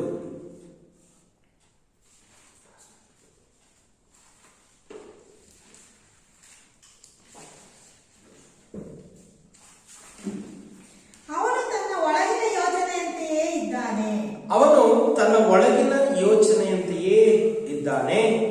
ಉಣ್ಣು ಕುಡಿ ಎಂದು ಹೇಳಿದರು, ನಿನ್ನಲ್ಲಿ ಅವನಿಗೆ ಪ್ರೀತಿ ಇಲ್ಲ. ಈಗ ನಾನು ಇದರಲ್ಲಿ ಮೊದಲನೇ ಭಾಗ ಮಾತ್ರ ಇವತ್ತು ತಗೊಳ್ತೀನಿ. ಇಲ್ಲಿ ದೇವರ ವಾಕ್ಯ ಹೇಳ್ತಾ ಇದೆ, ಅವನು ಒಳಗಿನ ಆಲೋಚನೆ ಯಾಗಿದೆಯೋ ತನ್ನ ಒಳಗಿನ ಯೋಚನೆಯಂತೆ ಇದ್ದಾನೆ. ಇವಾಗೆಲ್ಲ ಪದಗಳು ಹೇಳಿ, ನಿನ್ನ ಒಳಗಡೆ ಏನ್ ಯೋಚಿಸ್ತೀಯೋ ನಿನ್ನ ಹೊರಗಡೆ ಜೀವನ ಅದೇ ತರ ಇದೆ. ನಾನೇನು ಓದಕ್ಕೆ ನನ್ನ ಕೈಲಾಗಲ್ಲ, ನಾನು ಅನಕ್ಷರಸ್ಥ, ನಾನು ಎಲ್ಲರೂ ತರ ಬುದ್ಧಿ ಇರೋನಲ್ಲ, ನಾನು ಈ ಸತಿ ಪಾಸ್ ಆಗಲ್ಲ. ಖಂಡಿತ ನೀವು ಪಾಸ್ ಆಗಲ್ಲ. ನಾನ್ ಯಾಕೆ ಸಾಧಿಸಕ್ಕಾಗಲ್ಲ? ನಾನು ಕೂಡ ಸಾಧಿಸ್ತೀನಿ, ನನ್ನ ಕೈಲಿ ಆಗುತ್ತೆ. ಖಂಡಿತ ನಿಮ್ ಕೈಲಾಗುತ್ತೆ. ಇದನ್ನ ನೀವು ಚಿಕ್ಕ ಚಿಕ್ಕದಾಗಿ ನಿಮ್ಮ ವಿಚಾರದ, ನಿಮ್ಮ ಜೀವನದ ಪ್ರತಿಯೊಂದು ವಿಚಾರದಲ್ಲಿ ಹೋಲಿಕೆ ಮಾಡ್ಕೊಂಡು ನೋಡ್ಕೊಳ್ಳಿ. ಕೆಲವರಿಗೆ ಜ್ವರ ಬಂದ್ರೆ ಅರ್ಧ ಗಂಟೆಯಲ್ಲಿ ವಾಸ ಮಾಡ್ಕೊಳಕ್ಕಾಗತ್ತೆ. ಇನ್ ಕೆಲವರಿಗೆ ಮಾತ್ರೆಯಿಂದ ವಾಸಿ ಆಗಲ್ಲ, ಅದು ಇಂಜೆಕ್ಷನ್ ಕೊಟ್ರೇನೆ ವಾಸಿ ಆಗುತ್ತೆ. ಇನ್ ಕೆಲವರಿಗೆ ಪ್ರಪಂಚದ ಎಷ್ಟು ದೊಡ್ಡ ಒಳ್ಳೆ ಡಾಕ್ಟರ್ ಕರ್ಕೊಂಡೋದ್ರು ವಾಸಿ ಆಗಲ್ಲ. ಅವ್ರು ಯಾವಾಗಲೂ ನೋಡಿಸ್ಕೊಳ್ಳೋ ಆ ಡಾಕ್ಟರ್ ಹತ್ರ ಹೋಗಿ ಹಳದಿ ಕಲರ್ ಮಾತ್ರ ತಿಂದ್ರೆ ಅವ್ರಿಗೆ ವಾಸಿ ಆಗುತ್ತೆ. ಹಲ್ಲೆಲೂಯಾ. ಸೊ ಮನಸ್ಸು ಒಳಗಡೆ ನಿಮ್ಮ ಭಾವನೆ, ನಿಮ್ಮ ಆಲೋಚನೆ ಏನಿದೆಯೋ ಆ ಯೋಚನೆ ಹೊರಗಡೆ ನಿಮ್ಮ ಜೀವಿತವನ್ನ ತೀರ್ಮಾನ ಮಾಡುತ್ತೆ. ಇದೆಲ್ಲ ನೀವು ತುಂಬಾ ಕೇರ್ಫುಲ್ ಆಗಿ ಗಮನಿಸಿಕೊಂಡು ತುಂಬಾ ಸೀರಿಯಸ್ ಆಗಿ ವಾಕ್ಯನ ಒಳಗಡೆ ತಗೊಳ್ಳಿ. ಇದು ನಿಮ್ಮ ಜೀವಿತವನ್ನು ಒಂದು ಒಳ್ಳೆ ಸ್ಥಿತಿಯಲ್ಲಿ ನೀವು ತಿದ್ದುಕೊಳ್ಳೋದಕ್ಕೆ, ನೀವು ಕಳ್ಕೊಂಡಿರೋದನ್ನ ಮತ್ತೆ ಪಡ್ಕೊಳ್ಳೋದಕ್ಕೆ, ಮುಂದೆ ನಿಮ್ಮ ಜೀವಿತದಲ್ಲಿ ಉನ್ನತ ಸಾಧನೆ ಮಾಡೋದಕ್ಕೆ ದೇವರು ನಿಮ್ಮನ್ನು ಬಲಪಡಿಸುವವರಾಗಿದ್ದಾರೆ. ಹಲ್ಲೆಲೂಯಾ. ದೇವರ ವಾಕ್ಯ ಹೇಳ್ತಾ ಇದೆ, ಅನೇಕ ಸಾರಿ ನಿಮ್ಮ ಯೋಚನೆ ಸರಿ ಇಲ್ಲ ಅಂದ್ರೆ ನೀವು ನಡ್ಕೊಳ್ಳೋ ರೀತಿ ಸರಿ ಇರಲ್ಲ. ಯಾವ್ದಾದ್ರೂ ಒಂದು ವ್ಯಕ್ತಿ ನೋಡಿದ ತಕ್ಷಣನೇ ನಿಮ್ಗೆ ಅವ್ರ ಬಗ್ಗೆ ಏನು ಗೊತ್ತಿರೋದಿಲ್ಲ. ನಿಮ್ ಮನಸ್ಸಲ್ಲಿ ಆ ತಕ್ಷಣಕ್ಕೆ ಅವ್ರ ಬಗ್ಗೆ ಏನ್ ಭಾವನೆ ಬರುತ್ತೋ, ಏನ್ ಯೋಚನೆ ಮಾಡ್ತಿರೋ, ಆ ಯೋಚನೆ ನಿಜವಾದ ವಾಸ್ತವವನ್ನು ಮೀರಿ ಆ ವ್ಯಕ್ತಿನ ನಿಮ್ ಜೀವನದಲ್ಲಿ ಬದಲಾಯಿಸುತ್ತೆ. ಆ ವ್ಯಕ್ತಿ ನಿಮಗೆ ಸರಿಯಾಗಿ ಏನು ಗೊತ್ತಿಲ್ಲ, ಅದನ್ನ ನೋಡಿದ ತಕ್ಷಣ ಯಾವುದೋ ಒಂದು ವ್ಯಕ್ತಿ ಹೇಳಿರೋ ಮಾತು ಕೇಳಿಸ್ಕೊಂಡಿರ್ತೀರ. ಆ ವ್ಯಕ್ತಿನ ನೇರವಾಗಿ ಇದುವರೆಗೂ ನೀವು ಒಂದ್ಸತಿನೂ ಭೇಟಿ ಮಾಡಿಲ್ಲ. ಅವ್ರ ಬಗ್ಗೆ ಒಳ್ಳೇದು ಹೇಳಿರೋರು ಇದ್ದಾರೆ, ಕೆಟ್ಟದ್ದು ಹೇಳಿರೋರು ಇದ್ದಾರೆ. ಆದ್ರೆ ನಿಮ್ಮ ಮನಸ್ಸಲ್ಲಿ ಒಂದು ಭಾವನೆ, ಒಂದು ಯೋಚನೆ ಬರುತ್ತೆ, ಇವರು ಕೆಟ್ಟವರು. ನೀವು ಅವರು ಒಳ್ಳೆಯವರಾಗಿದ್ರು ಕೂಡ ನಿಮ್ಮ ಮನಸ್ಸಲ್ಲಿ ಯೋಚನೆಯಲ್ಲಿ ಕೆಟ್ಟವರಾಗಿರೋ ನಿಮಿತ್ತ ಅವ್ರನ್ನ ನೋಡುವಾಗಲೆಲ್ಲ ನಿಮ್ ಮನಸ್ಸು ಬರುತ್ತೆ, ಈ ವ್ಯಕ್ತಿ ಕೆಟ್ಟವರು. ಅದೇ ತರ ಒಂದು ಸತಿ ಒಂದು ವ್ಯಕ್ತಿನ ನಿಮ್ ಮನಸ್ಸಲ್ಲಿ ಒಳ್ಳೆಯವರು ಅಂತ ನೀವು ಭಾವಿಸ್ಬಿಟ್ಟು ಗೌರವಿಸಕ್ಕೆ ಸ್ಟಾರ್ಟ್ ಮಾಡಿದ್ರೆ, ಅವ್ರು ಬೇರೆಯವ್ರಿಗೆ ಎಷ್ಟು ಕೆಟ್ಟವರಾಗಿದ್ರು ಕೂಡ ನಿಮ್ಮ ಮನಸ್ಸಿನ ಭಾವನೆ, ಯೋಚನೆಯಲ್ಲಿ ನೀವು ಅವ್ರನ್ನ ಒಳ್ಳೇದಾಗಿ ಚಿತ್ರಿಸಿಕೊಂಡಿರೋದ್ರಿಂದ ಅವ್ರು ಮಾಡೋ ಯಾವ ಕೆಟ್ಟದ್ದು ನಿಮ್ ಕಣ್ಣಿಗೆ ಕಾಣಲ್ಲ, ಅವರು ಒಳ್ಳೆಯವರಾಗಿ ಕಾಣಿಸ್ತಾರೆ. ಹಲ್ಲೆಲೂಯಾ. ಇವತ್ತು ದೇವರು ಹೇಳ್ತಾ ಇದ್ದಾರೆ, ನಿಮ್ಮ ಒಳಗಡೆನ ಕಾರ್ಯಗಳನ್ನ ನೀವು ಸರಿಯಾಗಿ ಗ್ರಹಿಸಿಕೊಂಡಿಲ್ಲ ಅಂದ್ರೆ, ನಿಮ್ಮ ಯೋಚನೆಗಳು ದೇವರ ವಾಕ್ಯದ ಪ್ರಕಾರ ಕ್ರಮ ಪಟ್ಟಿಲ್ಲ ಅಂದ್ರೆ, ಹೊರಗಡೆಯ ಜೀವನದಲ್ಲಿ ಅನವಶ್ಯಕತೆಯಾದ ಸಮಸ್ಯೆಗಳಿಗೆ, ಶೋಧನೆಗಳಿಗೆ ನೀವು ಗುರಿಯಾಗಲು ಮಾತ್ರ ಅಲ್ಲದಿರ, ಒಳ್ಳೆ ಒಳ್ಳೆ ಅವಕಾಶಗಳಿಂದ ವಂಚಿತರಾಗಿ ನಿಮ್ಮ ಜೀವಿತವನ್ನ ನೀವೇ ಕೆಡಿಸಿಕೊಳ್ತಾ ಇದ್ದೀರಾ. ಎಚ್ಚರವಾಗಿರಿ. ಹಲ್ಲೆಲೂಯಾ. ಇವತ್ತು ದೇವರು ನಮ್ಗೆ ಏನ್ ಹೇಳ್ತಾರೆ ಹಾಗೆ ನೋಡೋಣ. 2 ಕೊರಿಂಥರು 4ನೇ ಅಧ್ಯಾಯ ನಾವು 16ರಿಂದ 18 ಓದೋಣ. ಎಲ್ಲ ಓದಿ. ಬೈಬಲ್ ಇರೋರು 2 ಕೊರಿಂಥರು ಬರೆದ ಪತ್ರಿಕೆಯಲ್ಲಿ 4ನೇ ಅಧ್ಯಾಯ, ಅದರಲ್ಲಿ ನಾವು 16ರಿಂದ 18 ಓದೋಣ. ಆದುದರಿಂದ ನಾವು ಧೈರ್ಯಗೆಡುವುದಿಲ್ಲ. ಎಲ್ಲ ಪಕ್ಕದಲ್ಲಿ ಅವ್ರಿಗೆ ಹೇಳಿ, ಏನಾದ್ರೂ ಘಟನೆ ನಡೆದಿದೆ ಅಂತ ಹೇಳಿ ಭಯಪಡಬೇಡಿ. ಇವಾಗ ಹೇಳಿ ಪಕ್ಕದಲ್ಲಿ ಯೋಚನೆ ಯಾವ ತರ ನಮ್ಗೆ ಪ್ರಾರಂಭವಾಗುತ್ತೆ. ಸುಮಾರು ಜನಕ್ಕೆ ಕನಸು ಬರುತ್ತೆ. ಎಷ್ಟು ಜನ ಕನಸು ಬರುತ್ತೆ ಕೈ ಎತ್ತಿ? ಯಾರಾದ್ರೂ ನಿಮ್ಗೆ ಪರಿಚಯ ಇದ್ದಿರೋರು ಕನಸಲ್ಲಿ ಬಂದಿದ್ದಾರ? ಒಂದ್ಸರಿ ಯೋಚನೆ ಮಾಡಿ. ಇದುವರೆಗೂ ನೀವು ನೋಡೇ ಇಲ್ಲ. ನನಗೆ ಪಾಠ ಮಾಡಿರೋ ಲೆಕ್ಚರರು ನಿಮ್ಗೆ ಕನಸಲ್ಲಿ ಬರಕ್ ಸಾಧ್ಯನಾ? ಖಂಡಿತ ಬರಲ್ಲ. ಯಾಕೆ ಬರಲ್ಲ ಅಂದ್ರೆ ನಿಮ್ ಕಲ್ಪನೆಯಲ್ಲಿ ಅವ್ರು ಒಳಪಟ್ಟಿಲ್ಲ. ಕನಸಲ್ಲಿ ಬರೋ ಪ್ರತಿಯೊಬ್ರು ನಿಮ್ಗೆ ಗೊತ್ತಿರೋರೆ. ಯಾವ್ದಾದ್ರೂ ಒಂದು ವಿಷಯನ ಆಳವಾಗಿ ನೀವು ಯೋಚನೆ ಮಾಡಿದ್ರೆ ಮಾತ್ರ ನಿಮ್ ಜೀವನದಲ್ಲಿ ಅದನ್ನ ಕನಸಲ್ಲಿ ನೀವು ಕಾಣಕ್ಕೆ ಸಾಧ್ಯ. ಅದೇ ತರ ನಿಮ್ಮ ಒಳಗೆ ಯಾವ್ದಾದ್ರೂ ವಿಚಾರದ ಭಾವನೆ ಇದ್ರೆ ಮಾತ್ರ ಹೊರಗಡೆ ನಿಮ್ ಜೀವನದಲ್ಲಿ ಅದನ್ನ ನೀವು ಅನುಭವಿಸೋದಕ್ಕೆ ಸಾಧ್ಯ. ಅನೇಕರ ಸಭೆಗೆ ಬರ್ತೀರಾ. ನಾನು ಅನೇಕರಿಗೆ ಹೇಳ್ತೀನಿ, ಪ್ರಾರ್ಥನೆ ಮಾಡಿಕೊಳ್ಳುವಾಗ ದೇವರನ್ನ ನಂಬಿ, ಯಾವ ರಿಪೋರ್ಟ್ ನಿಮ್ಗೆ ಏನಾಗಿದ್ರು ಕೂಡ ಇವತ್ತು ಪ್ರಾರ್ಥನೆ ಮಾಡ್ಕೊಂಡು ಹೋದ್ರೆ ಬರೋ ವಾರದೊಳಗಾಗಿ ನೀವು ಚೆನ್ನಾಗಿರ್ತೀರಾ. ನಿಮ್ ನಂಬಿಕೆ ಅಂತ ನಿಮ್ಗಾಗುತ್ತೆ. ಇಲ್ಲಿ ಹೂ ಅಂತ ಹೇಳ್ಬಿಟ್ಟು ಹೋಗ್ಬಿಟ್ಟು ಮನೆಗೆ ಹೋಗಿ ಅವ್ರು ಹೇಳಿದ್ರು ಕೂಡ ಅದೆಲ್ಲ ಸುಳ್ಳು. ನೋಡಿ ಇವ್ರಿಗೂ ಹಂಗೆ ಆಗಿದೆಯಂತೆ, ಇವ್ರಿಗೂ ಕರೆಕ್ಟ್ ಆಗಿ ಅದೇ ತರ ಕಾಯಿಲೆ, ಡಾಕ್ಟರ್ ನೋಡಿ ಹಂಗೆ ಹೇಳಿದ್ರಂತೆ, 8 ದಿನಕ್ಕೆಲ್ಲ ಹಿಂಗಾಗೋಯ್ತಂತೆ, ನನಗೂ ಹಂಗೆ ಆಗುತ್ತೆ. ಸೊ ನಿಮ್ಮ ಮನಸ್ಸು ಒಳಗಡೆ ಏನು ಭಾವನೆ ಕೂತ್ಕೊಳ್ಳುತ್ತೋ ನಿಮ್ಮ ಹೊರಗಡೆ ಜೀವನದಲ್ಲಿ ಹಂಗೆ ನಡೆಯುತ್ತೆ. ಬಹುಶಃ ನಿಮ್ಗೇನು ಆ ತರ ಆಗೋ ಚಾನ್ಸಸ್ ಇರಲ್ಲ. ತುಂಬಾ ಜನ ನೋಡಿ ಕೋಲ್ಡ್ಗೆ ಏನೋ ಒಂದು ರೀತಿಯಲ್ಲಿ ಸ್ವಲ್ಪ ಮೂತಿ ಸೊಟ್ಟೆಗೆ ಹೋಗ್ಬಿಡುತ್ತೆ ಅನ್ಕೊಳ್ಳಿ, ಇಲ್ಲ ಎಲ್ಲೋ ಕೈಕಾಲು ಸ್ವಲ್ಪ ಎಳೆದಂಗೆ ಆಯ್ತು ಅನ್ಕೊಳ್ಳಿ. ಓ ಇದು ನನಗೇನೋ ಹೊಡೆದು ಬಿಡ್ತು, ಸ್ಟ್ರೋಕ್ ಹೊಡೆದು ಮುಗಿದೋಯ್ತು, ಇನ್ನು 3 ಸ್ಟ್ರೋಕ್ ಹೊಡೆಯುತ್ತೆ. ಮೊದಲನೇ ಸ್ಟ್ರೋಕ್ ಹೊಡೆದ ಕೈಕಾಲು ಹೊಡೆಯುತ್ತೆ, 2ನೇ ಸ್ಟ್ರೋಕ್ ಮೂತಿ ಹೊಡೆಯುತ್ತೆ, 3ನೇದು ತಲೆ ಹೊಡೆದು ಸತ್ತೋಗ್ತೀನಿ. ಇದು ಪ್ರಪಂಚದಲ್ಲಿ ಯಾರೋ ಹೇಳಿದ ಮಾತು ಪ್ರಕಾರ ಇರುವ ವಾಸ್ತವ. ಅದನ್ನೇ ಮನಸ್ಸಲ್ಲಿ ಊಹೆ ಮಾಡ್ಕೊಂಡು 3 ಸ್ಟ್ರೋಕ್ಗೆ ರೆಡಿ ಆಗಿರ್ತಾರೆ. ಯಾವಾಗ ಬೇಕಾದ್ರೂ ಓಡಿಲಿ ರೆಡಿ ಇದ್ದೀನಿ ಅಂತ. ಅದೇ ತರನೇ ಅವ್ರ ಜೀವನದಲ್ಲಿ ಬೇಡದೇ ಇರೋದನ್ನು ಕೂಡ ಪ್ರಿಪೇರ್ ಆಗಿ ಹೊಂದ್ಕೊಂಡು ಹಂಗೆ ಜೀವನನ ಕೊನೆ ಮಾಡ್ತಾರೆ. ಹಾಲೆಲೂಯ. ಆದ್ರೆ ದೇವ್ರ ವಾಕ್ಯ ಹೇಳ್ತಾ ಇದೆ, ನಿಮ್ಮ ಒಳಗಿನ ಯೋಚನೆಗಳಲ್ಲಿ ಎಚ್ಚರಿಕೆ ಆಗಿದೆ. ಏನ್ ಹೇಳ್ತಾ ವಾಕ್ಯನ ಓದೋಣ. ನಮ್ಮ ದೇಹವು ನಾಶವಾಗುತ್ತಾ ಇದ್ದರು, ನಮ್ಮ ದೇಹ ನಾಶವಾಗ್ತಾ ಇದ್ರು, ನಮ್ಮ ಆಂತರ್ಯವು ದಿನೇ ದಿನೇ ಹೊಸದಾಗುತ್ತಾ ಬರುತ್ತದೆ. ನಮ್ಮ ಆಂತರ್ಯವು ದಿನೇ ದಿನೇ ಹೊಸದಾಗಿ ಬರ್ತಾ ಇರುತ್ತೆ. ಹೇಗಂದ್ರೆ ಕ್ಷಣ ಮಾತ್ರ ಇರುವ ನಮ್ಮ ಹಗುರವಾದ ಸಂಕಟವು. ಇವಾಗ ಹೇಳಿ ಪಕ್ಕದಲ್ಲಿ ಪ್ರಾಬ್ಲಮ್ ಇಲ್ಲ ಅಂತ ನಾವು ಹೇಳ್ತಾ ಇಲ್ಲ. ಎಲ್ಲ ಪಕ್ಕದಲ್ಲಿ ಹೇಳಿ ಚೆನ್ನಾಗಿ, ಪ್ರಾಬ್ಲಮ್ ಇಲ್ಲ ಅಂತ ನಾವು ಹೇಳ್ತಾನೆ ಇಲ್ಲ. ಎಲ್ಲರಿಗೂ ವ್ಯಾಧಿ ಇದೆ, ನೋವುಗಳಿದೆ, ಶಾರೀರಿಕವಾದ ದೌರ್ಬಲ್ಯಗಳಿದೆ, ಹೊಟ್ಟೆ ನೋವಿದೆ, ತಲೆನೋವಿದೆ, ಕೈಕಾಲು ನೋವಿದೆ, ಖಂಡಿತ ಇದೆ. ಅದೇ ತರ ಮಾನಸಿಕವಾದ ಗಾಯಗಳು, ನೋವುಗಳು ಇದೆ. ಆದ್ರೆ ಅದು ಇರೋದಕ್ಕಿಂತ ಅತ್ಯಧಿಕವಾಗಿ ನೀವು ಊಹೆ ಮಾಡ್ಕೊಳ್ಳುವಾಗ ಆ ಇಲ್ಲದಿರೋದು ಕೂಡ ಬಂದು ನಿಮ್ಮನ್ನ ಹಾಳು ಮಾಡುತ್ತೆ. ಹಾಲೆಲೂಯ. ಸೊ ದೆವ್ವ ಇದೆ, ಎಲ್ಲರೂ ದೆವ್ವ ಇದೆ, ಇದೆಯಾ ಇಲ್ವಾ? ಇದೆಯಾ ಇಲ್ವಾ? ಎಲ್ಲ ಒಂದ್ಸಾರಿ ಯೋಚನೆ ಮಾಡಿ. ಖಂಡಿತವಾಗ್ಲೂ ದೆವ್ವ ಇದೆ. ಯಾವಾಗಿದೆ? ಯಾರು ಅನುಭವಿಸಿದ್ರು ನೋಡಿದೀವಿ, ಯಾರಿಗೂ ತೊಂದರೆ ಆಗಿರೋದನ್ನ ನಾವು ನೋಡಿದೀವಿ. ಆದ್ರೆ ನಾವು ಅದನ್ನ ನಂಬೋದು ಯಾವಾಗ ಹೇಳಿ? ಅನುಭವಕ್ಕೆ ಬಂದಾಗ. ಈಗ ಅದರಲ್ಲಿ 2 ವಿಚಾರಗಳನ್ನು ನಾವು ಗಮನದಲ್ಲಿ ಇಟ್ಕೊಳ್ಬೇಕು. ಏನಿದ್ರೆ ಒಂದು ಕತ್ತಲು ರೂಮ್ ಇದೆ ಅಂತಂದ್ರೆ ಕತ್ತಲು ರೂಮ್ ಅಲ್ಲಿ ದೆವ್ವ ಇದೆ, ದೆವ್ವ ಇದೆ, ದೆವ್ವ ಇದೆ. ಇದು ನಮ್ಮ ಮನಸ್ಸಿನ ಭಾವನೆ ಹೊರತು ಅಲ್ಲಿರೋ ವಾಸ್ತವ ಅಲ್ಲ. ಹಾಗೆ ಯಾವುದು ಇಲ್ಲ, ಅದೆಲ್ಲ ಸುಳ್ಳು, ನಾನು ಏನ್ ಬೇಕಾದ್ರೂ ಹೋಗಿ ಸಾಧನೆ ಮಾಡಿ ಅದನ್ನ ಎದುರಿಸ್ತೀನಿ ಅನ್ನೋದು ಕೂಡ ಮೂಢತನ.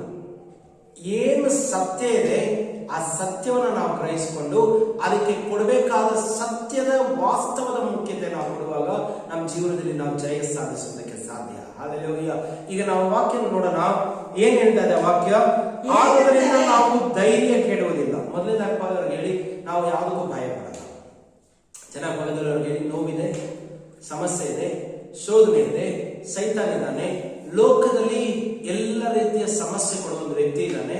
ಆದ್ರೆ ಲೋಕದಲ್ಲಿರುವವನಿಗಿಂತ ನನ್ನಲ್ಲಿರೋದವರು ಹೆಚ್ಚಿನವರಾಗಿದ್ದಾರೆ. ಹಾಲೆಲೂಯ. ಎಲ್ಲ ಪದಗಳವರು ಚೆನ್ನಾಗಿ ಹೇಳಿ, ಲೋಕದಲ್ಲಿರುವವನಿಗಿಂತ ನನ್ನಲ್ಲಿರುವ ಆತನು ಹೆಚ್ಚಿನವನಾಗಿದ್ದಾನೆ. ಈಗ ಇಲ್ಲಿ ವಾಕ್ಯ ಹೇಳ್ತಾರೆ, ನಾವು ಧೈರ್ಯಗೆಡುವವರಲ್ಲ, ನಮ್ಮ ದೇಹ ನಾಶವಾಗುತ್ತಾ ಇದ್ದರು, ನಮ್ಮ ಆಂತರ್ಯವು ದಿನೇ ದಿನೇ ಹೊಸದಾಗುತ್ತಾ ಬರುತ್ತದೆ.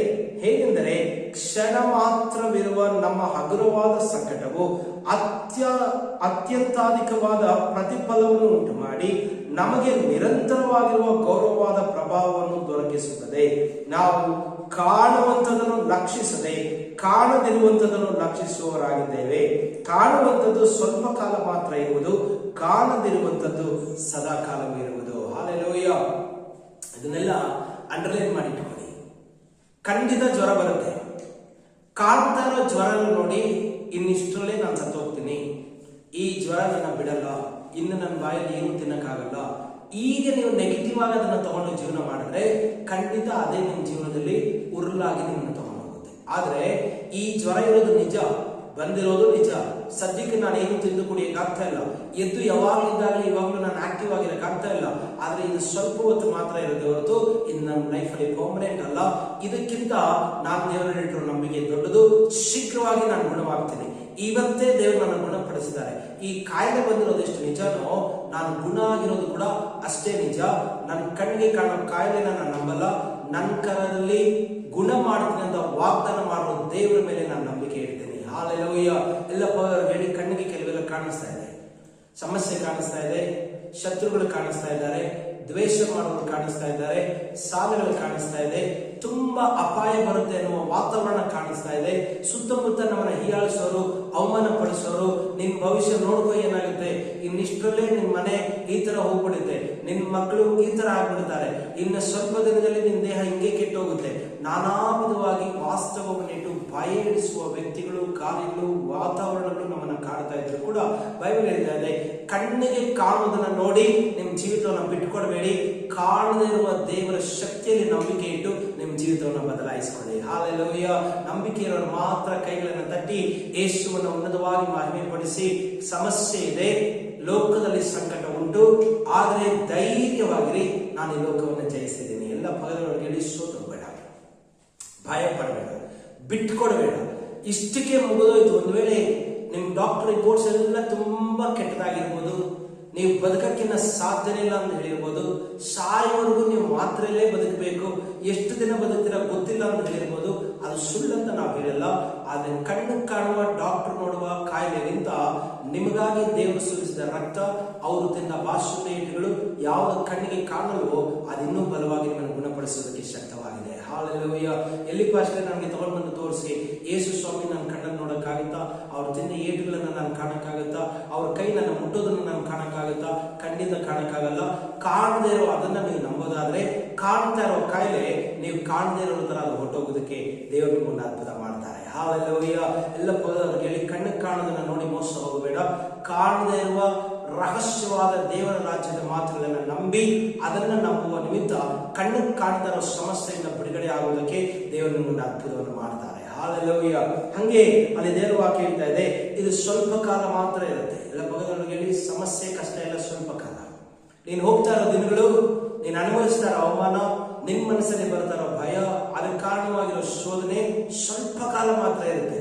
ಆದ್ರೆ ಅದರಿಂದ ಪೂರ್ತಿಯಾಗಿ ಹೊರತಂದು ಶಾಶ್ವತವಾದ ಗೌರವವನ್ನು ಕೊಟ್ಟು ಕಣ್ಣಿಗೆ ಕಾಣುವುದನ್ನಲ್ಲ, ಕಾಣದೇ ಇರೋ ಅದ್ಭುತವನ್ನು ರುಚಿ ನೋಡುವ ಹಾಗೆ ದೇವರು ನಿಮ್ಮ ಜೀವನದಲ್ಲಿ ಒಂದು ದೊಡ್ಡ ಕಾರ್ಯವನ್ನು ಇಟ್ಟಿದ್ದಾರೆ. ಹಾಲೆಲೂಯ. ಅಲ್ಲಿ ದೇವರ ವಾಕ್ಯ ಹೇಳಿದರೆ ಕೊನೆ ಸಾಲಲ್ಲಿ, ನಾವು ಕಾಣುವಂಥದ್ದನ್ನು ಲಕ್ಷಿಸದೆ ಕಾಣದಿರುವಂಥದ್ದನ್ನು ಲಕ್ಷಿಸುವವರಾಗಿದ್ದೇವೆ. ಲಕ್ಷ್ಯ ಅನ್ನೋ ಪದದ ಅರ್ಥ ಅದನ್ನ ಮನಸ್ಸಿಗೆ ತಗೊಳ್ಳೋದು, ಗುರಿ ಇಡೋದು, ನಂಬುವುದು, ಅದರ ಮೇಲೆ ನಾವು ಗುರಿಯಿಂದ ಒಂದೇ ಶ್ರಮ ನೋಡೋದು. ಅನೇಕರು ಒಂದು ಘಟನೆ ನಿಮ್ಮ ಜೀವನದಲ್ಲಿ ನಡೆದ್ರೆ, ಎಲ್ಲಿ ಎದ್ರು, ಎಲ್ಲಿ ಕೂತ್ರು, ಎಲ್ಲಿ ಮಲ್ಕೊಂಡ್ರು, ನಿಮ್ ಗುರಿ ಎಲ್ಲ ಅದ್ರ ಮೇಲೆ.